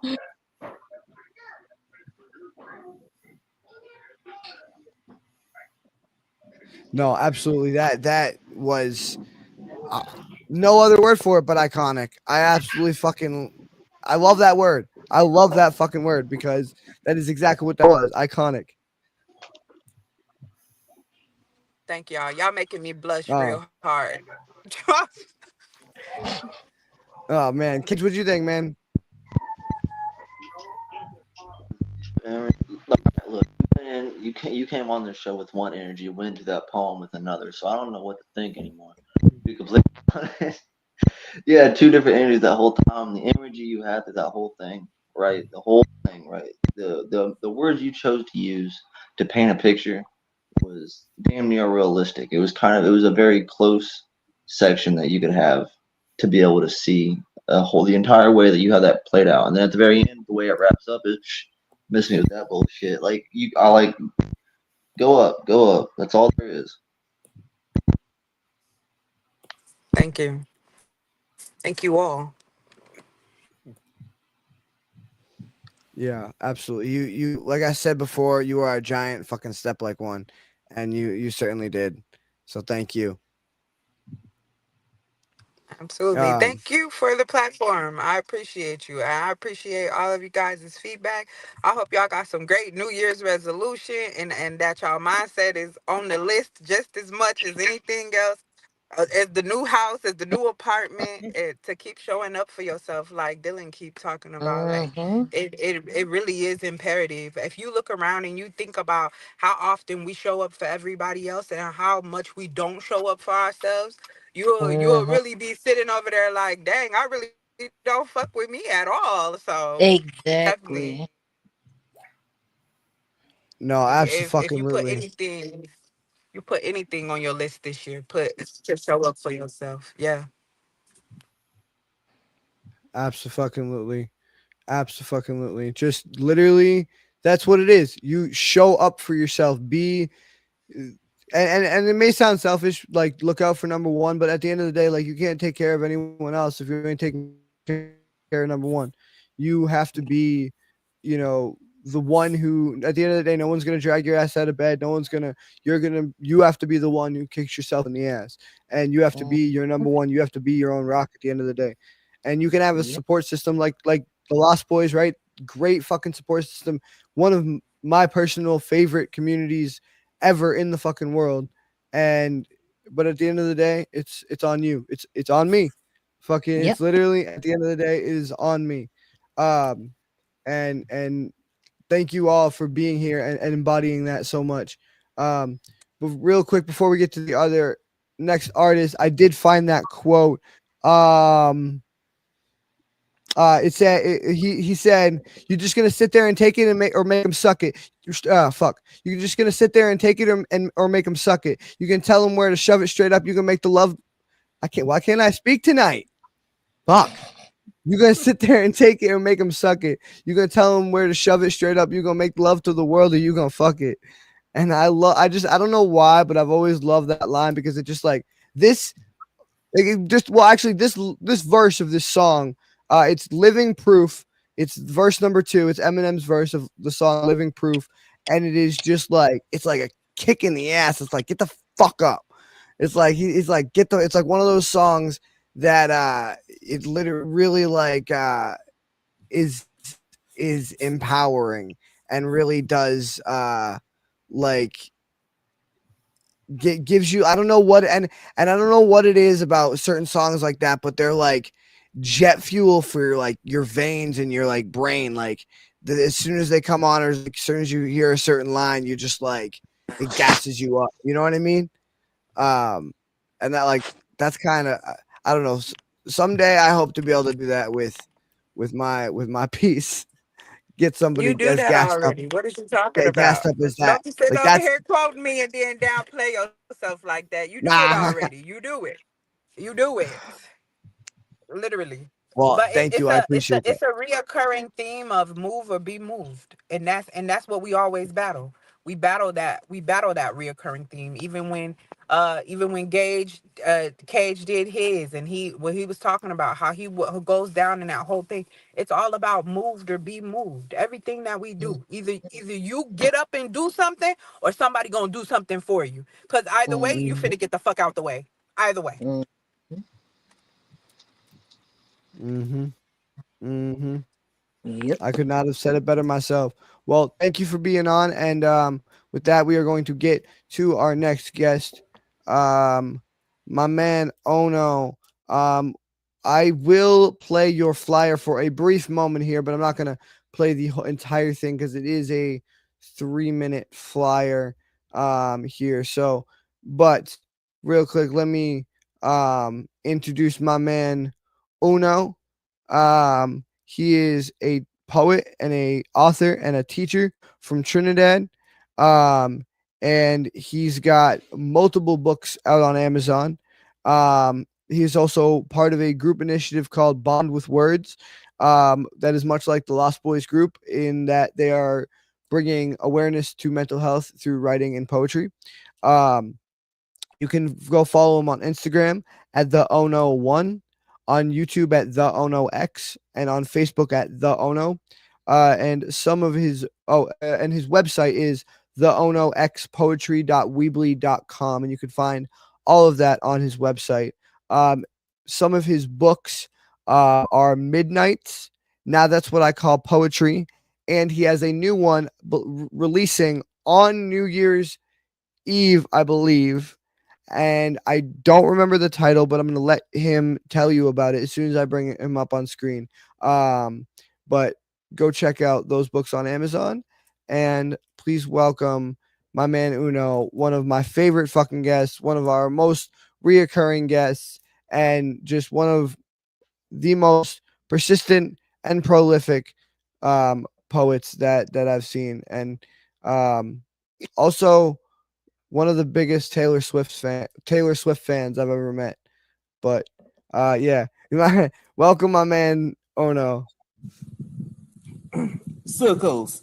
In an empire of creativity where hearts are free, there is a show that breaks barriers. Lostboys, Cypher Circle, you see. Hosted by a fearless soul, Dylan Lawler, his spirit unshaken, an artist embracing others, a rare gem who is so unspoken. Each pass. Hey, welcome. Hey, well, as you can see, this will be more or less the cover of the new book. All I can see is just forest and trees. Oh, okay. It's supposed to be on the top. Yeah, it's supposed to be on the top left. Reputation. Can you want to send it to me real quick? Do you have the picture on you? If you can send it to me in Messenger, I can get it up on the screen for you. But the name of it is Reputation?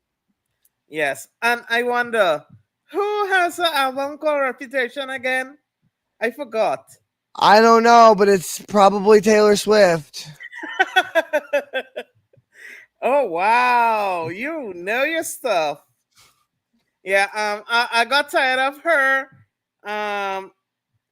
teasing and not doing it, so of course I have to do it myself.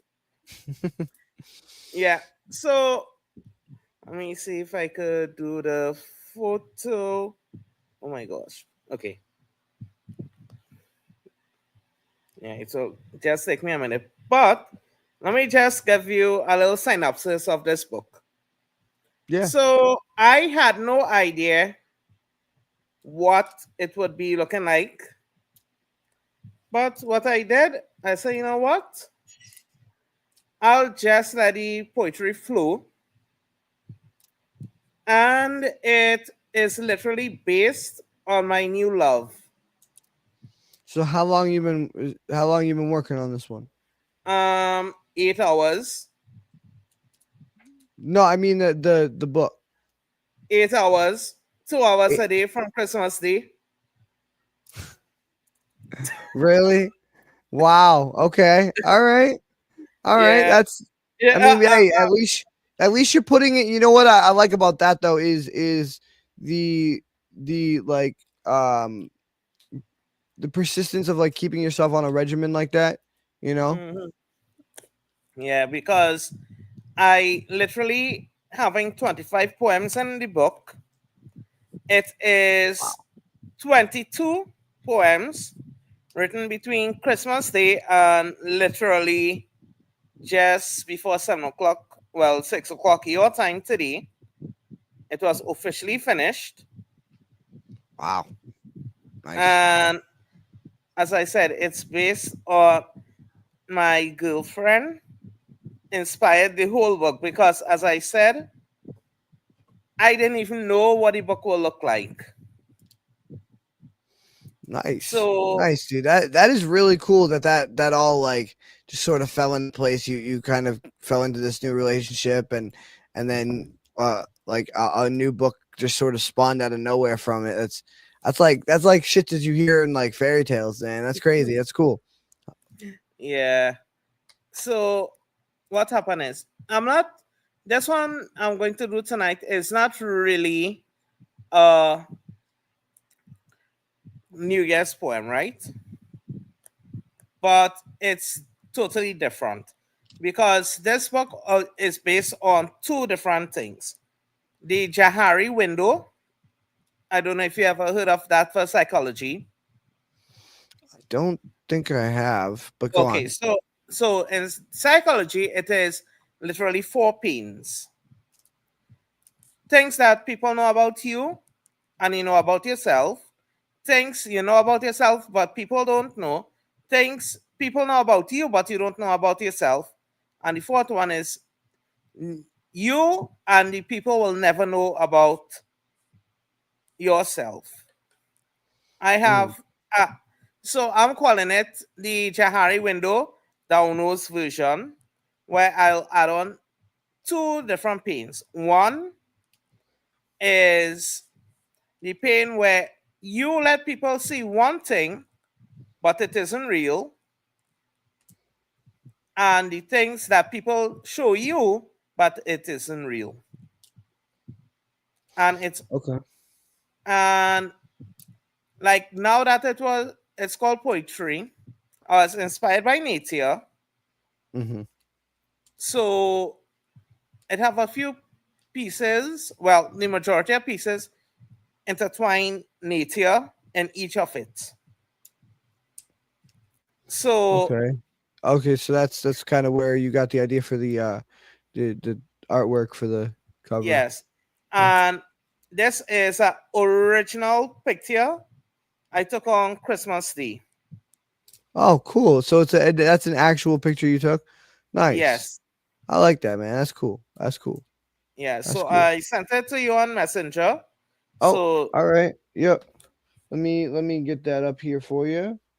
yeah, It'll just be 2 little tiny seconds here.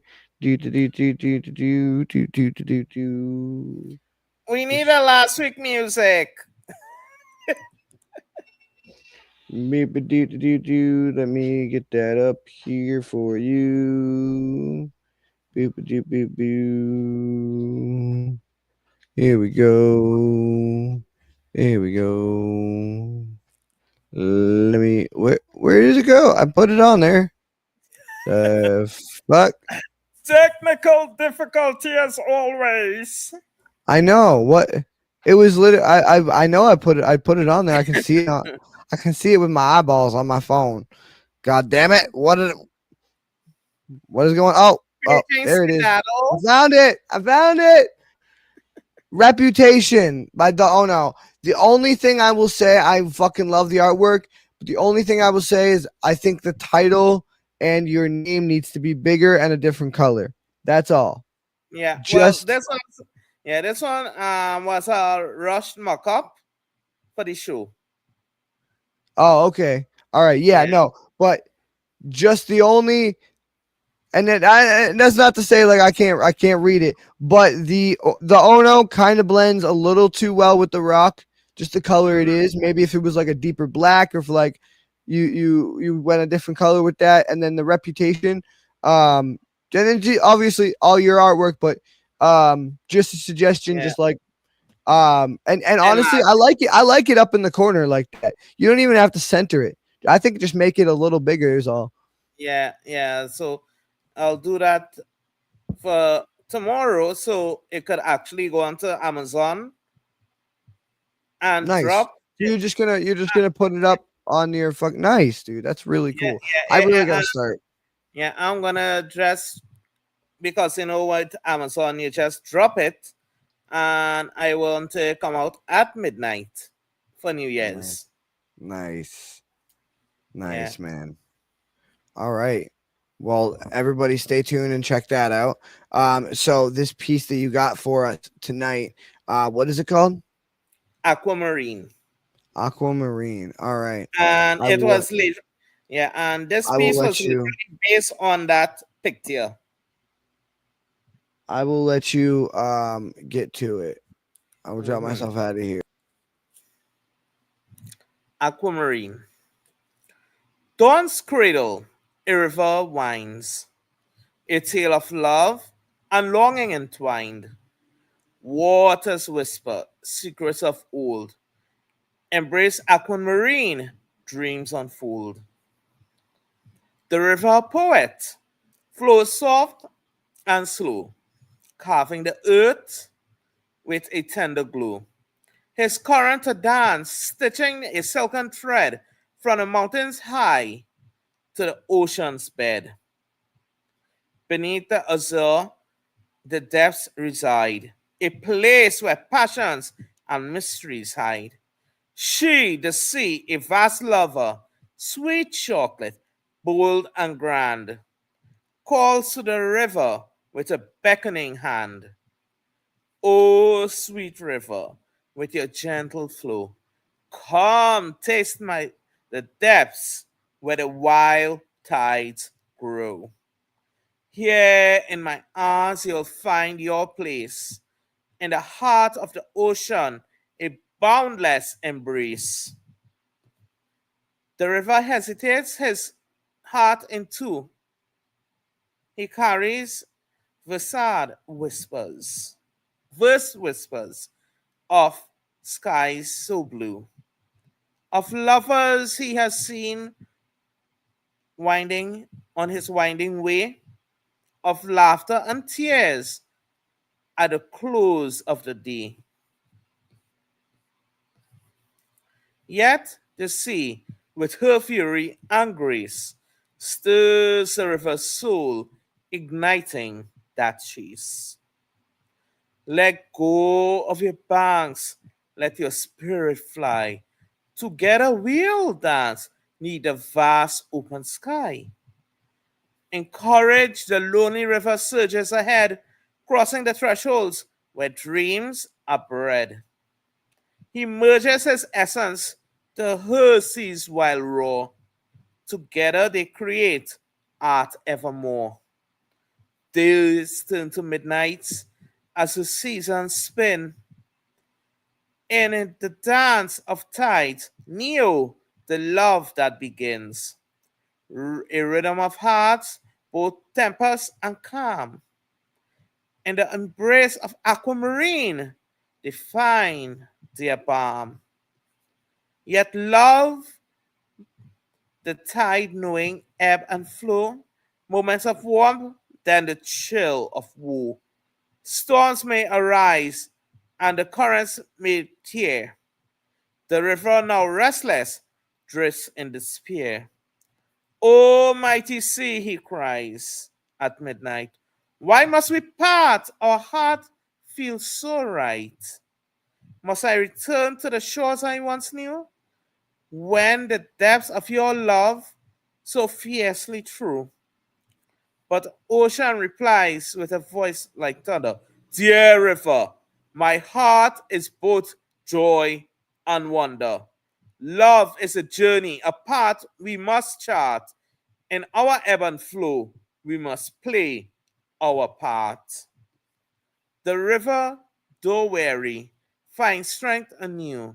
In the whispers of the waves, he hears a truth. Love is not bound by the shores we embrace, it flows in the current. a timeless grace. Together they dance through the calm and the storm, and the aquamarine embrace, their spirits transform. Though they may part like day turns to night, their love a beacon and eternal light. In the cradle of dawn, where rivers wind, a tale of love and longing still shines. In every droplet, in every wave's gleam, lives the essence of love, forever a dream.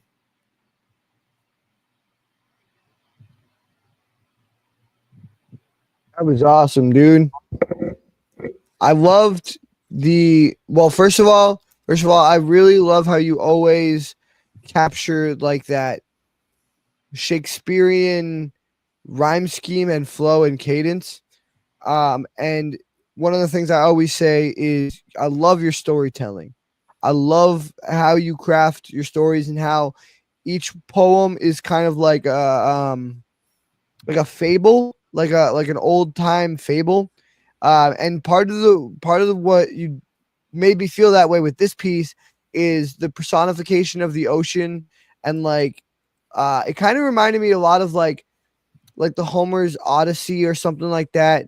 Um, in that like sort of the ocean was like sort of speaking to him and like I really loved that part of it and how you like illustrated the personification of the ocean and whatnot. Um, but I just, as always, man, I really love your storytelling and your ability to craft a story through rhyming and verse, and just how it has that like it's really gone out of style and nobody writes like that anymore. Nobody writes like that. You know, that's something that you hear in fairy tales or in like whatever and that's and you really capture to me like a folklore fable fairy tale kind of vibe with your storytelling and your pieces. So fantastic work, man, as Yeah. always. And did you notice the Lost Boys reference? I don't think I caught that one actually, but go ahead. Yes, sir. Refresh my go ahead and It's the one with the swirl. you might have to requote the line. Yes, sir. I'm trying to get it back. Oh my gosh. Where did I have it? It's fine. You know what? You can send me the lyrics is all, if you want, and then I'll go through it and break it down later too, because I plan on doing the same thing with Kayla's piece as well. But real quick, I want to bring Lady Crucible and Poetless up here and see what they thought about your piece, before we get to theirs. Poetless, what'd you think? It's always phenomenal. With that piece, I felt like he was talking about a transitioning through a new birth. Like when he was speaking, I felt like you're getting rid of something old to become something new, but in a sense, you're not scared, but in a sense, you are scared. But you're going through that transformation because you know it's much needed, regardless of the cost. So I really felt connected with that piece. I like that. And when you put it that way, I kind of feel like, it is a New Year's piece because that is really what Mm-hmm. New Year's is all about is, being and becoming a new you and embracing the new you and accepting change and accepting yourself evolving. So yeah, I agree Mm-hmm. with you. I, Um I I love the transparency of it. Like she said, it made it feel like she said, like it felt like you're basically having a rebirth, but Mm-hmm. retransitioning through Earth. So it's like you went Mm-hmm. through those steps and those stages, and it's like you got to see it all from the beginning to the end. But at the same time, Yep. now you're coming out as this new you. So yeah, that was Mm-hmm. definitely phenomenal. Hmm. mhm, Yeah. Because absolutely. if you even listen closely, I have a little bit of double entendre, triple entendre going on there. Mm-hmm. Mm. Yeah.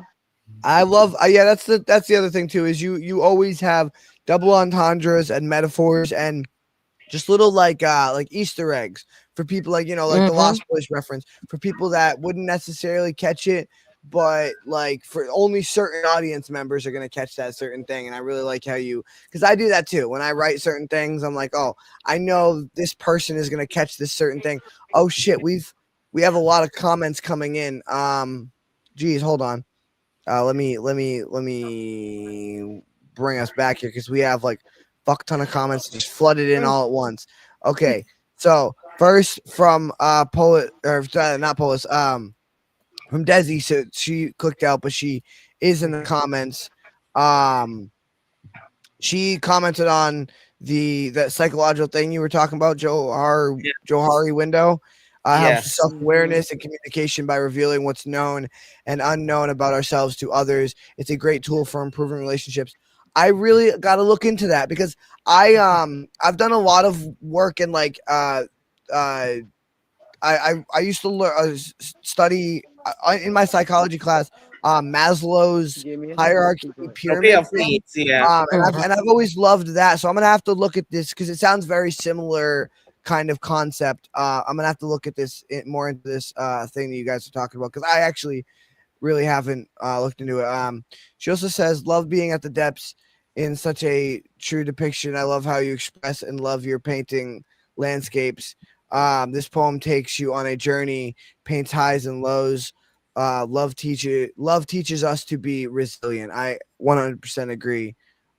She said, "Your poem captures the essence of love so perfectly. Beautiful story."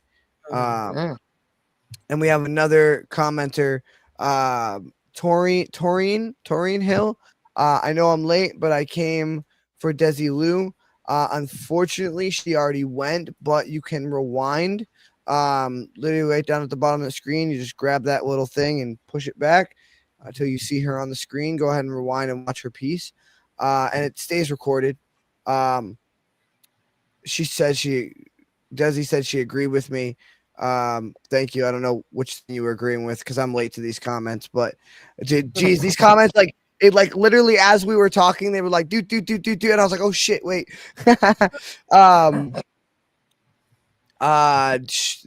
Thank you for the support.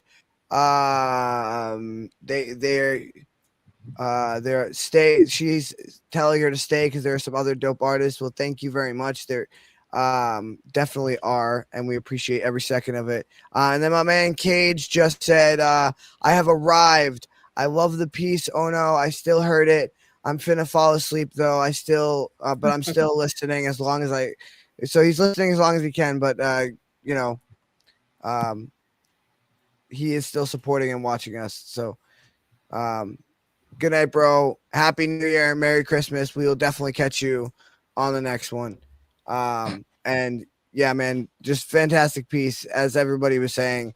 Fantastic storytelling and just embodiment of love, and not only love for someone else, but self-love.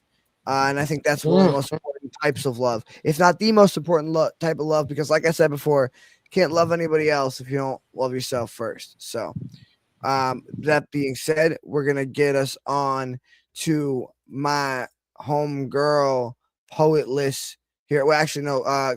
Lady Crucible was next on my list. My bad. There's her info. Do I not have it? Yes, I do. Miss Lady Crucible, or Nia Connie. She's a poet all the way from Chicago, one of those badass cities in the States, in my opinion. Even though I've never been there, anybody I've ever met from Chicago is just a badass motherfucker. And she definitely proves that. So if there's one thing I can say in her introduction, one thing I can say about her is that she comes in swinging every goddamn time. She is the fucking Mike Tyson of the Lost Boys circle. All right. This is like every time she comes in this ring, it's just a fucking knockout swing. And she is, much like every single one of these other artists, so prolific and so persistent with what she does. And one of the things I appreciate the most about her is that she is what I like to call a word nerd like me, and she appreciates every down to every syllable and inflection, and really like it hones in on the technical details of it, and you can see it in her work. Very technical artist, very lyrical artist, one of our best on the show, and just fucking an overall amazing human being. Just even though she comes in with the hardcore knockout punches, no less, she's no less about spreading joy and love and just prosperity for everyone. So that's an important balance to have when you're coming in as aggressive as she does. You gotta still be spreading love and joy, and she does. So give it up for Nia Connie. You guys can follow her on Instagram at Lady Crucible, or that's Lady_Crucible, and on YouTube at Poetic Priestess. And let me go ahead and play her flyer and get her up here for you guys real quick.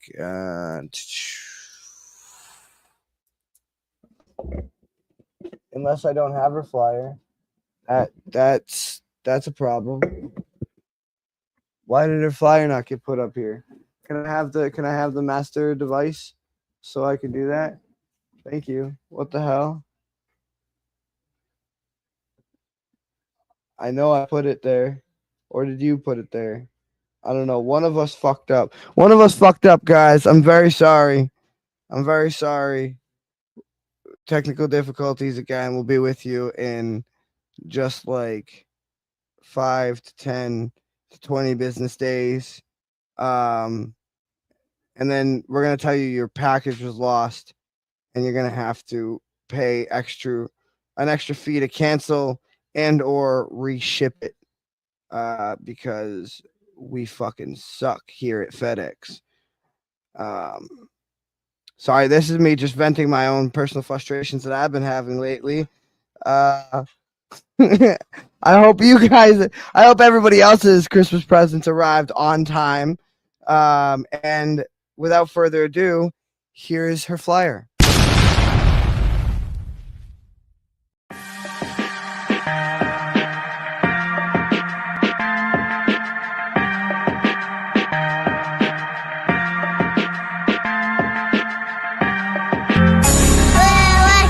Sometimes in life, you gotta go hard for what you want.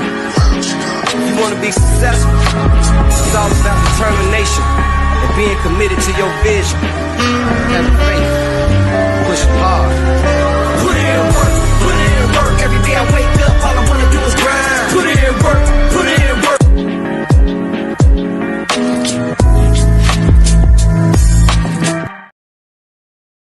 Hey, let me tell you, that fucking flyer is perfect for tonight, yo. That flyer should be the fucking shit, like the theme for the show tonight. Put in work. I wake up every day, all I want to do is put in work, yo. That is, you gotta put that work in. Gotta put that work in. Absolutely, man. And like I said when I was introducing you, you are one of the most persistent and prolific. And like I said, what I love about you is how you put in the work to the last detail, and you are so fucking meticulous with it.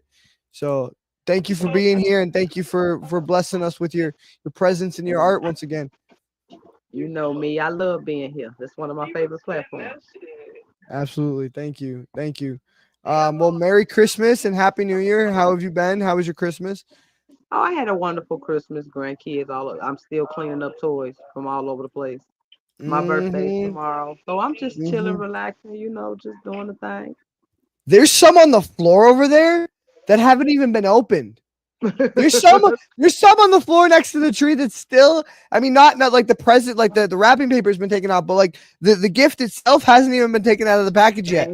Same thing in this house. They still got stuff they ain't even opened yet. And I'm not just talking about the kids either. The fucking adults. There's shit laying around that everybody got spoiled this year. Everybody got spoiled in one way or another this year. And my girlfriend, you know what I got her? This is what she asked for. Her biggest freaking thing, her biggest wish in life. She wanted an ice maker. I asked her, I was like, what do you want for Christmas, baby? You can have anything in the world that you want. She said, I want frozen water. Lord. She said, give me some frozen water. God damn it. But I'll tell you, man, it's some nice frozen water. All right, It's it's those all nice about like the circular positivity. cubes. Oh yeah. Yeah. Anyway, yo, I'm glad you had a good Christmas. I'm glad you had a good Christmas, and I'm glad the kids had a good Christmas. Because man, Yeah, that's really what it's all about. Like the seeing the kids' smiles to me is like that's the present. That's the oh present yeah. now. Like as an adult, that's the present, and Yeah. it's the best feeling in the world. So yeah, glad you had a Definitely good is. Christmas. Definitely is. So you got some dope shit for us tonight. What is this piece called? This one is from the trenches to new beginnings. From the trenches to new beginnings. All right, I'm just gonna let you get into it. So right. I'm a project baby. State way I'm claiming. The trenches raised me. See, I stayed discombobulated, crumbling like dust, ridden old habits. My smoke in the wind, that purple runts. Flipping scripts, it's time to play the game. These new standards, I set them high like skyscrapers in the sky. Releasing past traumas like demons being exorcised. Breaking free from corroded chains that can no longer hold me. Memories flash like lightning, spitting fire, causing cataclysmic collisions of catastrophe. Changing the game so I won't go insane. Staying in my own lane, not looking back, because things ain't the same. Been running all my life, done paid the price. So I rolled the dice. 11 came up twice, leaving no choice but to sacrifice my old life. My moves like a pendulum, swiveling on a swivel. Bottled the darkness as it was shaken and stirred, poured over ice. The beast of burdens carrying the weight of baggage on my shoulders. These lessons learned became stepping stones. Can't nobody step on my toes. Opening doorways to a fresh new start. 2024 became my canvas. I'm the artist who painted my sorrows. Devilish ways locked tight in a bottle. Toss the weight of these heavy chains. Everybody always depending on me. I'm down on bended knee. With two hands put together, form a signal of forgiveness. This new beginning I'm searching for. The yellow brick road won't lead me that far. So I carve my path of 2025 amongst the stars. Poem. Ooh, goddamn, yo. I like that. That's a different take on it. That's kind of saying like, yo, I'm already this shit. I already been stepping like a fucking giant. Watch what I'm about to do. Like I already taken over the earth. Now I'm about to take over the fucking galaxy. Like 2020, listen what I did in 2024. Now in 2025, I'm reaching for the fucking stars. I already took over the planet. I'm reaching for the fucking stars. I love that take on it. And I love how you fucking attack that and your rhyme schemes and your like the slow measured delivery. But yo, there you had a line in there is like cataclysmic collisions of like something, and I was like, yo, woof, god damn. The spitting fire causing cataclysmic collisions of catastrophe. Oh god damn, yo, you were, yo, that was a cataclysmic collision, a catastrophe right there, yo. The alliteration on that is, and you always, that's something I always like that sticks out to me in your pieces is your alliteration, and it's crazy because you combined alliteration with multi-syllable rhyme scheming. Like people don't understand, you're not just using alliteration, like cataclysm, like oh man, when I break down your words and I sit here and I try to like really break down your rhyme schemes, there's layers to it, and that's why I say you're the most prolific. One of the most prolific that I know is because you notice those fine details and you think about not only the double rhyme scheme or the double or triple syllable rhyme scheme and how the whole sentence rhymes with the whole sentence, but also working the alliteration and the metaphor into it at the same time, like just flawlessly on such a technical level. You were so fucking good. You were so good on a technical level, and that's it. Really blows me away every time I see your pen because you don't. I mean, you don't even have to give like these crazy overboard deliveries like me or Caleb do. You can just do it calm and like you. I picture you in the fucking kitchen cutting up fucking celery or cutting up fucking like lettuce for tacos or whatever. Like just saying this while you're fucking like while your grandkids are just like, you know what I mean? Like you're just like you have such a measured like like you're just sitting there chilling. And I mean, I guess you are just sitting there chilling, but like you have that like nonchalant presence, yet it's such a giant presence that like it enters the room 10 minutes before you do, and it just blows that room up. And without being loud and over the top or dramatic like me or Caleb, especially me, it's just amazing and phenomenal, and I love how you do it. Well, you know me. I take my pen. I go wherever my pen leads me. And believe it or not, I wrote that piece today. Fucking hell yeah, dude. Hell yeah. My Yeah, piece, that my piece, I was waiting. I had like 3 weeks to write it. I planned the Christmas episode and I had like 3 weeks to write it. I waited till the last 2 days and it was a struggle, yo. I'm always amazed that like you and fucking Ono and Caleb always are like, oh yeah, I just wrote this like in an hour. And I'm like, fucking, yo, if I get, man, but writing under pressure is my thing though. I seem to be at my best when I write under pressure. me too. Me too. I think and I discovered that about myself actually with a history paper about fuck, I forget what there was this revolutionary battle that happened and I forget what the name, it's like the name of a hill or a mountain or something. But it started with like a snowball fight, like what, Bunker Hill was it? I don't know. One guy threw a snowball at another guy, and then everybody started shooting each other. Oh yeah, I remember. But I wrote a history paper about it, and I literally just, I didn't do any. She gave us like 3 weeks to do the project. I didn't do a fucking drop of research. Fucking did all my research the night of. Stayed up till 10 p.m. writing the bitch. Turned it in the next morning. Didn't think it would be shit. Didn't think it would even make sense.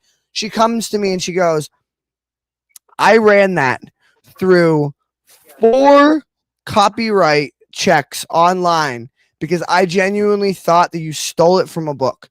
That's how good it was. And I was like, what? I was like, what? She's like, yeah, you wrote it like a genuine textbook. You like, I don't know, something about my brain. I just, cause I was, and it's always been something about me is I just tend to like zone in on like, especially the last minute, but like I tend to zone in on like, I if I know exactly what I want it something to be, it's gonna sound like that.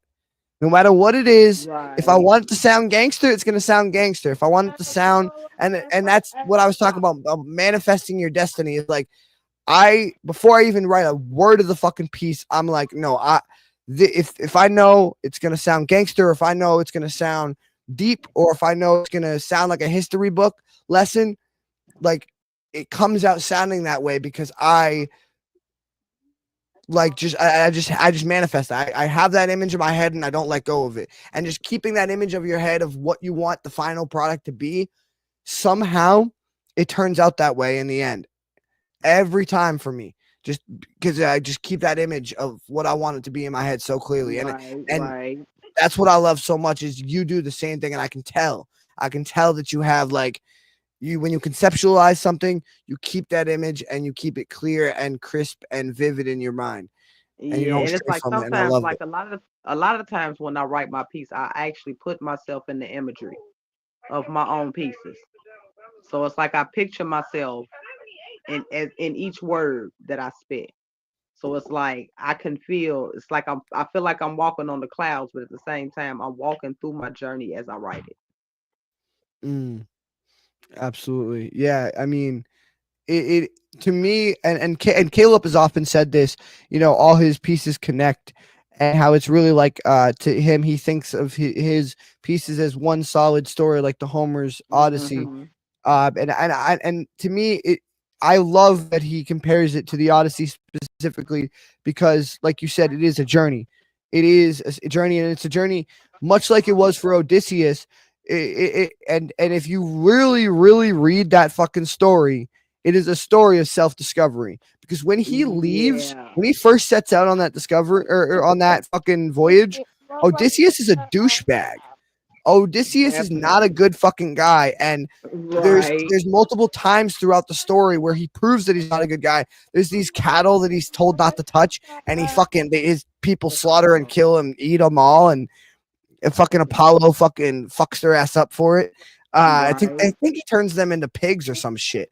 But literally, it shows throughout the story how he learns his lesson through trial and error and trial and tribulation, and becomes a better person by the time he comes back to his wife.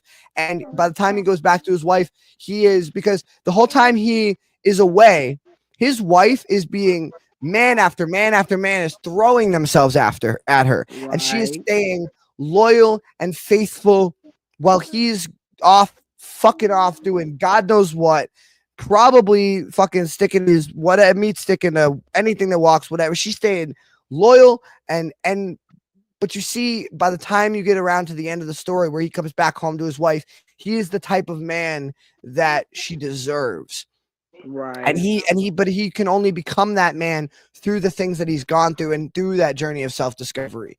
And then when he finally comes back and he beats all the other men, it's not just because he's stronger and whatever than them. It's because his willpower and his love for his wife is stronger than any of the other men's desire, and he has gone through hell and back to be back here for his wife and for his kingdom, and he has that image set in his mind throughout this whole thing. I'm going back to my wife, I'm going back to my kingdom, and he does not lose sight of that fucking image the entire time through his journey of self-discovery. And that right there is what art and what life is, and that's why I love that Caleb compares it to the Odyssey.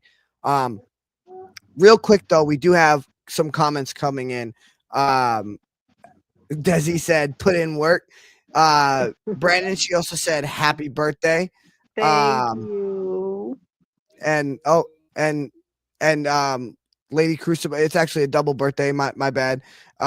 We should wait. Did I not have the banner for Lady Crucible already up here? In a minute. Not yet, but No. in a minute. All right. Well, we'll have to use her comment as the banner, because I could have sworn that I put happy birthday Brandon and then happy birthday Lady Crucible both up there. Do I have your banner or no? I don't know. Well, either way, well, you know what? Just delete the Brandon and put happy birthday, whatever. Desi also says, yes, yes, I'm an ice eater. That's a great gift. Oh my God, my girlfriend's she's like, just put them in your mouth and chew on them. They're like those soft ice cubes. And I'm like, hun, there's no such thing as a soft ice cube. She's like, trust me, just chew on them. No. Letter to yourself. Your words carry so much power. Paint the canvas. And bars. Yeah, for real bars. And absolutely, I really love the whole concept tonight of how you guys are attacking the letter to yourself in different ways. She says, sheesh, your words play. Did I say that right? Sheesh. Your wordplay is sick. You put words together like Mozart. I absolutely 100% agree. That title had me. I knew it was going to be fire. 100%. Ode to my pen. We be brilliant and doubting ourselves. Dylan, you're definitely a genius wordsmith. Thank you. I definitely try to put in that work. And she said, yes, there is. Soft ice is a thing. You know what? Soft ice is what people called vanilla ice when they found out he was fake as fuck. Soft ice. That's soft ice. All right. Well, I'm gonna bring Polish and then Ono up here. Polish, what'd you think? Amazing. Well, she's from Chicago, so I was expecting that heat anyway. Whenever I hear Paul from Chicago, I already know the duck low. But I just want to say how she grabbed the concept of living in your truth. Like, you have to. I think that's what everybody touched on tonight. Like, living in your truth. If you can't do that, then you don't need to talk to nobody, because you have to be true to yourself. You have to be true Yeah. to yourself because you can bull crap everybody else except for yourself because you have Right, to look at yourself. And I 100%. really felt right. that. It's got to be an on It's me. It's easy. at the end of the day, it's all on you. 100%. You can lie Yo, to you actually. anybody and walk away and feel better about it. But when you lie to yourself, you got to constantly look at yourself. It's something about that. You feel worse. Oh Like, yeah. Oh yeah. You reminded me of something real quick though. I was listening. So I listened to a lot of books on tape, and so earlier I listened to this series called The Dresden Files, and it's about this wizard who's in Chicago. And without giving too much spoilers for anybody who may be reading it or wants to read it, whatever, there is this giant battle, like apocalyptic scale, like gods going to war, like whole streets blowing up, like battle in Chicago, and man, and the people of Chicago like do not take any fucking shit, and he wrote them so well because like yo the fucking supernatural creatures and gods and like demons and shit coming out of the fucking woodwork, and these motherfuckers are like, we're getting shotguns and fucking Uzis and pistols, and we're going to everything.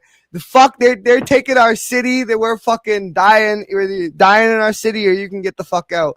And like I don't know, he paints. When I was listening to that earlier, I was thinking of you, and I was just like picturing Nia fucking facing down some like badass fucking demon with a fucking shotgun, like just spitting bars at him while she's fucking firing a machine gun. That sound like me. That sound like me. Fuck yeah, yo. Fuck yeah. Uno, what'd you think? Fire as usual. And as I said behind the scenes, I'll say it here. Congratulations, Lady C, for Legendary Ink Poet of the Year. And Thank you. Yay. Feliz Congrats. cumpleaños. I had to go Spanish on that one. Mm-hmm. I ain't with you. Happy Congratulations. you. Thank English. you. Yeah. Absolutely. I hope but Dylan, one thing I don't like about all these birthday celebration, especially this one, why is the cake and ice cream for all the I guests? know you gotta have cake. It's You not know, a treat. It's not your you know what? birthday unless you have ice cream and cake. That's when it's official. I know, right? Hopefully, I have some tomorrow. Hopefully, I have some tomorrow. I can't offer you. I can't offer you any cake or ice cream. I can offer you a drinking energy drink and a firmly packed bowl. This is what I can Hey, you offer know you. what? This It's is the thought And we're that gonna take counts. It's the thought we're that gonna counts. take a shot to that. fuck yeah, yo. You know what? It is New Year's. It is New Year's Eve, and I do apologize I'm for over. anybody who is doing the sober thing, and I congratulate you. Keep on your fucking journey. But to the rest of you, cheers, motherfucker. Cheers. Cheers. Fuck yeah. Wait. Happy New Year's, everybody. Make a face, Happy New okay? Year's. Make a face. Remember what happened last time you didn't. You know, all right. You know what? Yeah, when people fucking, I took a shot of fucking whiskey on our 1 year anniversary of the show, and everybody fucking lost their minds. They were like, "Oh my god, Dylan, he's turning into an alcoholic. Are you okay?" I have so many messages, and don't get me wrong, I appreciate you guys' concern. I really do, from the bottom of my heart. Like, I appreciate you guys checking in on me. Yes, I'm okay. But one, you've heard my pieces. I talk about drinking quite often, like not drinking quite often, but I talk about it in my pieces often. So I don't know why it was a surprise to everybody that I drink. Second of all, go fuck yourself. Wait. No, I thought you were going at the front way, I thought you were speaking with demons. I mentioned it in speaking of demon. No, but no, there was it was this I don't know. I posted a video on YouTube and everybody lost their minds, and I was just kind of like, y'all didn't know that I drink. And then it was also like I took a shot, but I think most people, I had the problem with it that they had was that I drank the whiskey like it was, I took a sip of whiskey like it was water, and I didn't flinch. And that was probably what was like, oh no, Dylan's an alcoholic. Dylan's gonna be fucking whatever. And I was like, all right, guys, calm down. It's okay. And you know what? I fucking yeah. I guess I don't have any more whiskey. It's gone. It's gone into the wind. It is vanished. No, I lost it. Wait. Right. Yeah, it's gone. Brandon, drink it out when you. I think Brandon, he snuck what? it out for his birthday. Brandon, you fucker, you stole my whiskey. God damn it. Fuck. I gotta break out the cattle prod now. Start fucking beating him. Oh, there goes all my shit falling down into the abyss. All right. Well, that being said, guys, I'm gonna get us to our last artist of the night. Last but certainly not fucking least. Wow.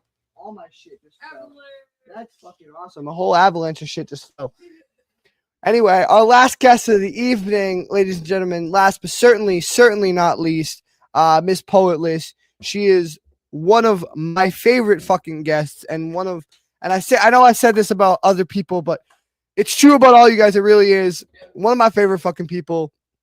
She brings so much energy and so much light and so much passion, and that's really what I love the most about Poetless is her passion. And it is absolutely relentless passion. It is what we've been talking about all fucking show, that persistence and clarity of keeping that image in your mind and focusing on it and pushing yourself forward to that image that you see in your mind, and holding that image and believing in yourself, that you can achieve those things, and being proud of even the small accomplishments you make. She encapsulates all of that in her work and in her presence and in her being, and she is just a phenomenal, amazing, empowering human being and poet. So please welcome her. She's an author and a poet. She's got 2 books right now out on Amazon. Go check them out. It's called DNA, which stands for Don't Never Assume, and DNA The Results. And then you can also go check out her YouTube. That is Red Designs 956. That's R.E.D. DESYGNZ 956. And I always, when I shout out the YouTube channel, I always shout out her producer, Exoskeleton. Man is a fucking beast. He's a killer lyricist. He's a dope artist. He 3D prints things. He produces shit. He produces shit for Poetless and himself. Dude, the man is open for fucking Wu-Tang. Ghostface Killah and Meth, literally on the same stage as Ghostface Killah and Meth. And so he is literally one of the people, like, I respect their opinion the most when it comes to lyrics. And I sent him my Christmas piece this past week, and he actually called me personally on his own time, like video called me to tell me like how proud of me he was and how good it was, and comment comment on my lyricism in that song. So first of all, I want to give a shout out to him. Thank you, man. I really appreciate the call, and I appreciate all the work you do for Poetless and her videos and whatnot. And that being said, I'm going to play her video or her flyer. And I believe this video was actually produced by EXO. It was produced by EXO, edited and cut by me. So here is her flyer.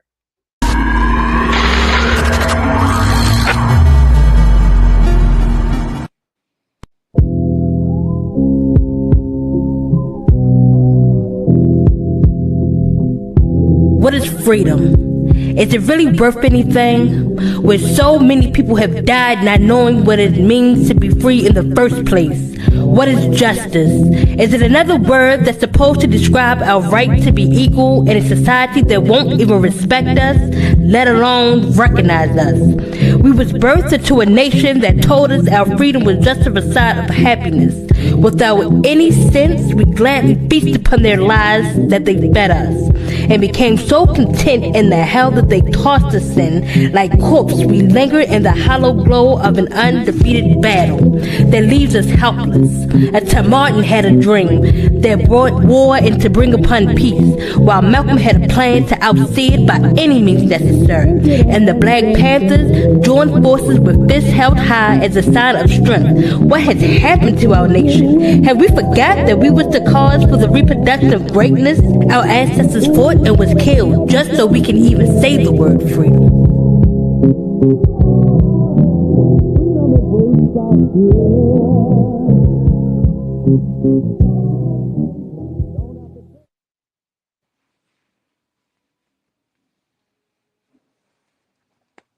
It was supposed to show the cover of your book at the end there. I don't know why it didn't, but make sure y'all go check out DNA on Amazon.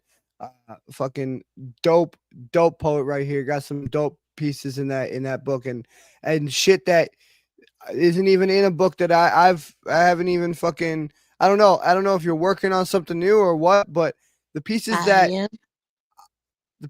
most of the pieces that I've actually heard you do aren't even like part of your like published works or part of anything that you really. I've heard you've done a couple on this show that like you put out on YouTube, but and I haven't read either of your entire books, but for the most part, like you've got so much stuff that's not even in your books that you come on here with, so you're like just writing all the fucking time. Like that's what I love about you too, is you keep that pen moving. You keep that pen moving. It keeps me moving, if that makes sense. Like, without my pen, I am nothing. I am so naked. I hate being out without a pen. It's just like I can't focus, so I just feel defeatless. I need my pen. That's my outlet for everything. That's how I get through life. Good. And that's, you know what, that's at the end of the day, that is what it's all about, is, and especially for an artist, but not just for an artist, is having that outlet and knowing yourself well enough to know that is your outlet and that is where you go, and that's what you can fall back on. Because like I said, you have to be your own rock. You have to, when you do that trust fall, you're the one who catches yourself, you know. And I really believe that, and I think that you know, and I've talked often about this power of creation that we kind of have, where artists, and I think you've heard me say it before, is when artists create something, they channel the power of the universe, they channel the power of creation. And if you're religious, then you would say they channel the power of God, right? And and that's what I firmly believe, is that artists channel the power of God and the power of the universe, and that when we get stuck in, you know, like, to me, writer's block is not a thing. Writer's block is exactly that. It's a block. Like, you're blocking yourself from receiving the universe. And there's this great Christian, I don't know if it's a poem or just a passage in the Bible or what it is, but it's called Footsteps. And it tells a story of a man having a dream, and he's walking on a beach, and he's seeing parts of his life flash in the sky. And during the hardest parts of it, during the easiest parts of his life, he sees two sets of footprints. One is his, and the other is God walking beside him. Now the other times is the hardest times in his life, and he only sees one set of footprints. And he asks God, "Why in my hardest times would you leave me to walk by myself?" And God replies, "During the hardest times in your life, you see one set of footprints because I am carrying you." And whether you are religious or not, that is what I believe happens when an artist creates. The universe is picking us up in our darkest times and carrying us through the darkness, and giving us that help that we need, because it's, and I firmly believe, even though I'm not even religious, like, I don't subscribe to any religion, but I believe God helps those who help themselves. And religion or faith, and really what it comes down to is faith. And it's faith in yourself. Before you can have faith in a higher power, you have to have faith in yourself. And it's about, and faith isn't there to win the battle for you. Faith is there to leveling the playing field, to show you that you have a choice, and that's what free will is all about. It's to show, and faith and free will, that's what that's all about, is having a choice, and knowing that no matter how tough the battle is. You might not win, but you can absolutely stand against it. You Yep. have you have the power, you have the choice, you have the will to stand against it and know that it might not be a winning battle, but it is not fucking hopeless. And that is the Exactly. strongest thing that human beings have. Is Yep. is that power, and I really firmly believe that, and um, you are one of the people who exercises that um, mindset so well in your pieces. I try to, and it's so crazy because I like to talk to everybody, not just one group of person. Because I like to grow. But I was talking to a Buddhist, and I asked him. I said, "What makes y'all so quiet and so unique?" He said, "It's the peace." He said, "Think about this: when you're by yourself, who do you fuss with? Nobody. Who do you yell at? Nobody. Who do you pay attention to the most when you're by yourself?" I said, "You gotta pay attention to yourself." He said, "A lot of people are so scared to be by themselves because they have to actually entertain themselves, and nobody don't know how to do that. Nobody don't really know how to be quiet and really say, you know what, let me listen." And I said, you know what, you are absolutely right. Because a lot of times that we put ourselves in situations where, you know what, I should have just shut up and walked away. But I felt like I had to say something just to be heard, just because I had a voice. Hmm. Sometimes your voice don't need to be heard. So that's why when everybody keeps saying, oh, you got to pray and you got to do this. No, I don't. Because just like with the footprints, God know when I'm praying, even though he's Hmm. not there, but he know I'm praying. He knows what I'm going through. He knows. So just because I'm not Hmm. structured to the way you feel like I should be, it's okay. Because you're not structured the way I think you should be. So it's the lose for both of us. Because you're not going to conform to my way, and I'm not going to conform to your way. So it's just a Hmm. learning experience. If people would take the time to learn, then there'd be a lot of hate will go away. But There's people don't this want to do it. line. There's this line, and honestly, it gives me chills thinking about it, let alone hearing it. Every time I hear this line, it's by one of my favorite fucking artists, if not my favorite rapper of all time besides Eminem, NF.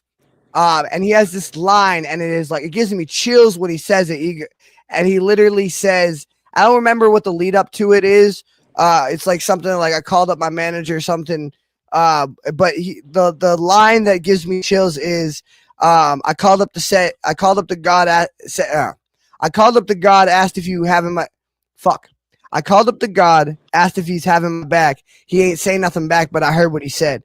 And yo, it just gives me Mm-hmm. fucking chills when I Mm-hmm. hear it. I called up the God and I asked him if he having Mm-hmm. my back. He ain't saying nothing back, but I heard what he said. And then he says something like, when you see how I'm living, the answer is obvious, ain't it? When you go from having and like literally, like just gives me chills when he says that. He ain't saying nothing back, but I heard what he said because it's literally that, and that is what faith. That is at the essence. That is what faith is, and I think it is Mm-hmm. so important, whether you're religious or not, to have faith. And that is really what a New Year's resolution and anybody's looking to better yourself needs to have is faith, and most importantly, faith in yourself. Faith, hope, and love. And the greatest of these is love. And these are the three things that, Definitely. and I quote a lot of scripture and keep saying I'm not religious, but it is because I've done the research. I have studied Buddhism, I have studied Christianity, I Mm-hmm. have taken and I have found that all of these humans are looking for the same thing and searching for the Exactly. same thing, and most of that thing is themselves. They're searching for Yep. themselves. It's that journey like we are talking about Odysseus, that journey of self-discovery, and part of that is needing to have, and I think that part of religion is needing to have faith in something bigger because people Mm-hmm. are scared to have faith in themselves. So they need to have faith in Yep. something bigger. And that's not to Ex- say that's not a good thing, but I think that that is part of what religion is and so at the end of the day it's really about having faith in yourself, you know. yep. And it's crazy because it's so hard to do that when everybody keep telling you what you can't do. Before you have a chance to tell yourself what you can do, you have everybody telling you what you can't do. It is so crazy because once you disconnect from those people, then you start doing the things that they tell you that you can't do. You're like, wow, I can really do this, and I'm 10 times better at it than what I thought I was. So it's like sometimes we allow people to put that mirror image on us instead of us, like you said, walking out on faith. Like, how can you tell me something that I can't do? You're not me. You don't know what I can do. But like you said, it's Mm-hmm. all about faith in yourself. It starts with you, no matter what. Nobody can do it for you. Like you said, I can be your biggest cheerleader all day. I can be there for you. I can give you everything you need, but I can't do it for you. I can do all Mm-hmm. that except do it for you. You have to do that on your own. Yeah. At the end of the day, no one picks up that pen. No one Mm, drags you out of bed either. Um, nope. it is really about the wisdom to love yourself enough. Um, Yeah. and and know and know yourself well enough to know um not only your flaws and your weaknesses but your strengths, and that's something that people have. Exactly. And if you think people have a hard time admitting their flaws and your weaknesses, try to get someone who would tell you their top five Mm, assets. mm, And mm, I mm. doubt people could give you the first three. And You that's a absolutely right. big problem, is the self-confidence and the self-awareness is dwindling, and it's all going into our Yep. computer and our phone screens. Yep. You have some a robot telling you how to feel, what to think about, what to look for, how to be. It's all programmed. Hmm. And Absolutely. it's scary because have you ever noticed you can think about something and then you'll go on your phone, the next thing you know, it'll pop up and you start getting all these videos and stuff about that Hmm. one thing Right. that you Yeah. was Oh thinking yeah. about. You're like, how in the world? And I'm like, how did they Hmm. know? I'm like, that is so crazy. Then it's like, you have to be like this. Like, okay, this is what you want. But society says you have to be like this. If not, it's not within our with to love you. So you have to be It's the like this. So whatever you want, simulation. you have to do what society said. Yep. You're a sim. We were all sims. Yeah, I was It's a thinking that, you know what is so simulation. crazy? Look, I told my friend we was on the phone talking, and she was like, she had to buy hair, right? And I was like, I get my hair braided. So I was like, you know what? I wonder the person that got my stem, they really that broke? Because I have to wait and do all these different missions just to upgrade. And here it is, you could Fucking just kid go in there, walks. like, you know how it is, right? Like, Yeah, kid I want walks my away from the stem to hurry computer for up and two get to the seconds. money. Half of Hawaii burns. Right. Right, I'm like, whatever, That's whoever not a good have my joke, sim, I need them to get their lives together. Like, come on, like you see what we down here right? doing. God darn it, Yo, you see us struggling. Like, come on. But I be thinking the definitely. same thing. People look at me and think I'm crazy. People really think Um, I'm crazy. Desi said, oh, hang on. She said, pass the bowl though. Fucking, here you go. And then she said, not the Ono instigator. And then, prayer doesn't solve, yeah, prayer doesn't solve all problems. Sometimes you need to take action. Absolutely. It really is. At the end of the day, you got to take action. It's about, you know, moving and moving towards your goals. You got to put the car in drive and step on the pedal. It's not going to fucking move for you. Absolutely. I But anyway, I tell what's everybody. this? Some Sorry, people go ahead. use the church as a I keep telling everybody people use prayer as a permission slip to sin sometimes. Like if you really Hmm. think about that, a lot of people do use the church as a permission slip to sin. Because they could do all of this. Oh, I'm going to go to church Sunday. Oh my gosh, hallelujah. I'm this, I'm that. I'm so forgiven. The next thing you know, you do all of this hell Monday through Friday. Like Hmm. stop using it as permission slip. Just because you can read a scripture that on you're saved. You got to put Right. action behind it. Right. All right. Well, let's get into this piece you got. What is this one called? So this is called undesirable. I came up with that one because a lot of times people look at what we are as what we not. So it makes us undesirable to people, but not to ourselves. So if that makes sense. So Hmm. Absolutely. All right. I'm gonna drop myself out of here, and I'm gonna let you get to it. I've spent so many times trying to updo my latest hairstyle just to be noticed by you. I try to wear the latest fit just to make sure that my figure stands out perfectly just for you. There's so many times that I try to overlook my flaws just to make sure that you don't see them, but yet neglecting the fact that I need to see my flaws in order to be the perfect that I need to be for you in order for you to see me. Sometimes we get so caught up in wearing a mask that the parts of us that we do like, we tend not to show. So stepping into this new lightness, I want to say I want to be undesirable to everything that makes me cry in a painful way. I want to be undesirable to everyone who ever wants to bring me pain because to me, I am not worthy of your time. And to you, I don't look that fine for you to hurt anyway. Make me undesirable to everybody who want to pick through me just to get to the parts that they need to me, but yet can't see through me and step still trying to say that they love me.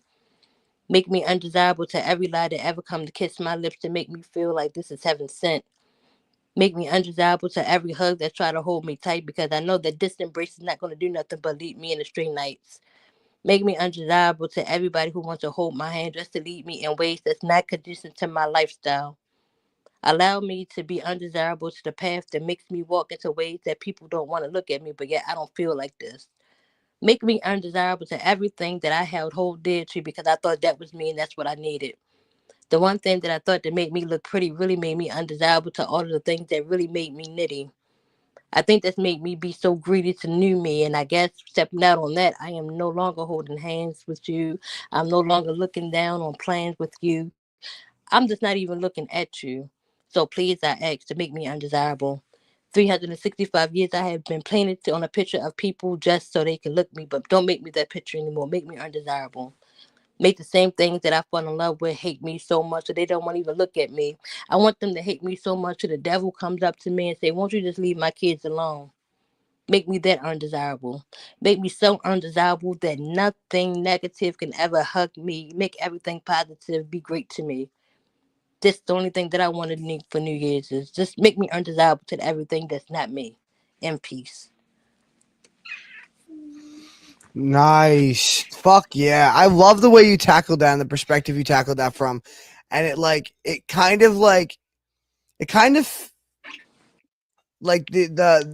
tone of it kind of gave me like vibes of Caleb's piece. And sort of like, Mm-hmm. saying goodbye to the old you and evolving and Mm-hmm. transforming into this new you, and just being undesirable to the old you and your old habits. And I really love the way you tackled that. I really fucking love the way you tackled that. And there's some lines in there, man. I'm gonna have to go back and break them down because I'm horrible at quoting them. But there's some lines in there that like you write the most fucking like poetic, like I need that on a t-shirt, I need that on my wall kind of fucking lines. The most like um and that's why I don't even try to quote them because I don't want to get them wrong.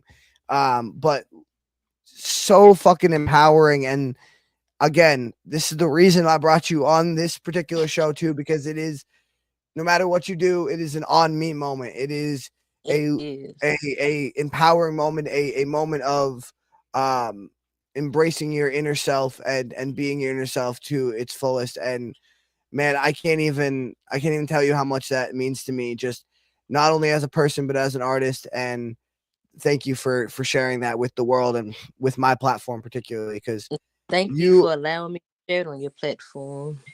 absolutely, you are one of the people, and everybody I brought on tonight is one of the people who makes this show what it is. And I would literally not, it would not be anything without you guys. And that's what I love so much about it is we are all empowering each other to empower ourselves. And I really love it, Mm-hmm. man. So thank you for being part of this empowerment circle I got. I love it. I'll bring these I'm other gonna artists up. And um oh no, man, what'd you think? I loved it because the thing you hate about yourself is the thing that you actually love about yourself. Because yes, you want to be undesirable, Mm-hmm. but yet you want to be desired by the world. Mm-hmm. 100%. What do you think? Man, when I tell you the piece was just you made it desirable. If it wasn't, if a person felt like they had doubt in their head after you got done spitting that, they whole thought process, the everything just completely did a complete 360. Thank you, thank you. Sometimes you gotta like, cause every year when you say I'm gonna do this, I'm gonna do that, I'm gonna lose weight, I'm gonna do this, but as soon as you see that new cake recipe, what you doing? You in the kitchen, then where's your diet? Down the drain. So if you make like I don't like that. Like with cereal, like for some, I don't know because I'm getting older, but I just don't like cereal like that. So it's like now I'm just like, ew, I don't want cereal. So it's like everything that I know that's against me, make it undesirable to me, so that way I don't have to worry about it carrying with me in the next year. I'm like, cause I don't want it. Like that's not benefiting me. Why am I? That's dead weight. Just like Erykah Badu said, bag lady, clear your bags out. There you go. I don't need it. I It's like what you said. undesirable. Like, I like you said, dead weight. You know, you because it really is. You gotta cut off the fat and fucking just keep, keep the muscle in your life, and like that's what like mental muscle. yeah. And that goes through everything from cutting off, toxic people to cutting off toxic habits that you have, because they're just as bad. We do have some comments coming in here. Desi says, la la la la. She says, it's beautiful the way you put that together, so real, and the way you build up your the way you build up your greatness. But tear yourself down is an art in itself. I 100% agree because you got to tear yourself down to build yourself up bigger, and you do that phenomenally. Absolutely. She also says, and that's the cycle of life, building yourself up to break yourself, building yourself up just to break yourself down. Yeah, exactly. You painted the beauty of discipline. Absolutely. 100%. And really we've been talking about it all night, but it's the discipline and the persistence and, prolificness, is prolificness a word? I don't know, but persistent, prolific, and another P word that I can't come up with. That's the things you got to be. Positive, persistent, prolific, and positive. Fucking write it on my gravestone, motherfucker. I just came up with that. No, absolutely though. You really got to do it, and you got to fucking you got to also roll a fat one like Miss Lady Crucible over there to help yourself out from time to time. Yep. Oh man, but yo, this has been a great experience, great fucking night, great New Year's party with you guys. Thank you so much. Yes, I really appreciate it, man. Everybody have a fucking fantastic New Year's. I can't wait to see what you all do in the new year. We know you're all gonna be back. Thank you, Desi. Thank you, Caleb. Thank you, Poetless. Thank you, Ono. Thank you, Lady Crucible. And thank you to everybody who watches and supports all the Lost Boys. And to all my haters, Happy New Year's. I found my whiskey, so fuck you. In that order. That one got in that order. In With that the order. big shots. I got the big because I tried to swallow it and then talk right after it. I was like, nope. Wait. Happy New Year, everyone. There you go. You get to see me fucking choke on a shot. You happy? You fucking happy? You fucking. Oh, man. Happy New Year. Merry Christmas, everybody. I will catch you next Saturday at 9 p.m. Eastern. And everybody, keep looking forward because, as I always say, the rearview mirror is much smaller than the rearview mirror is much smaller than the windshield for a reason. Because what's behind you is so much less important than what's in front of you. Keep looking forward. Keep driving forward. Keep putting the car in drive every fucking day, no matter how hard it is. Put that car in drive and put your foot on the fucking pedal. It's the one on the right. There's some people that I drive behind that might not know that, but it's the one on the right. Keep your foot on the fucking pedal and keep pushing forward, ladies and gentlemen. Thank you for being here. Thank you. It's been a great night. Oh, and thank you, Brandon. Go follow us on all platforms. And happy birthday to Nia and Brandon. Peace out, everyone. Yes, happy birthday.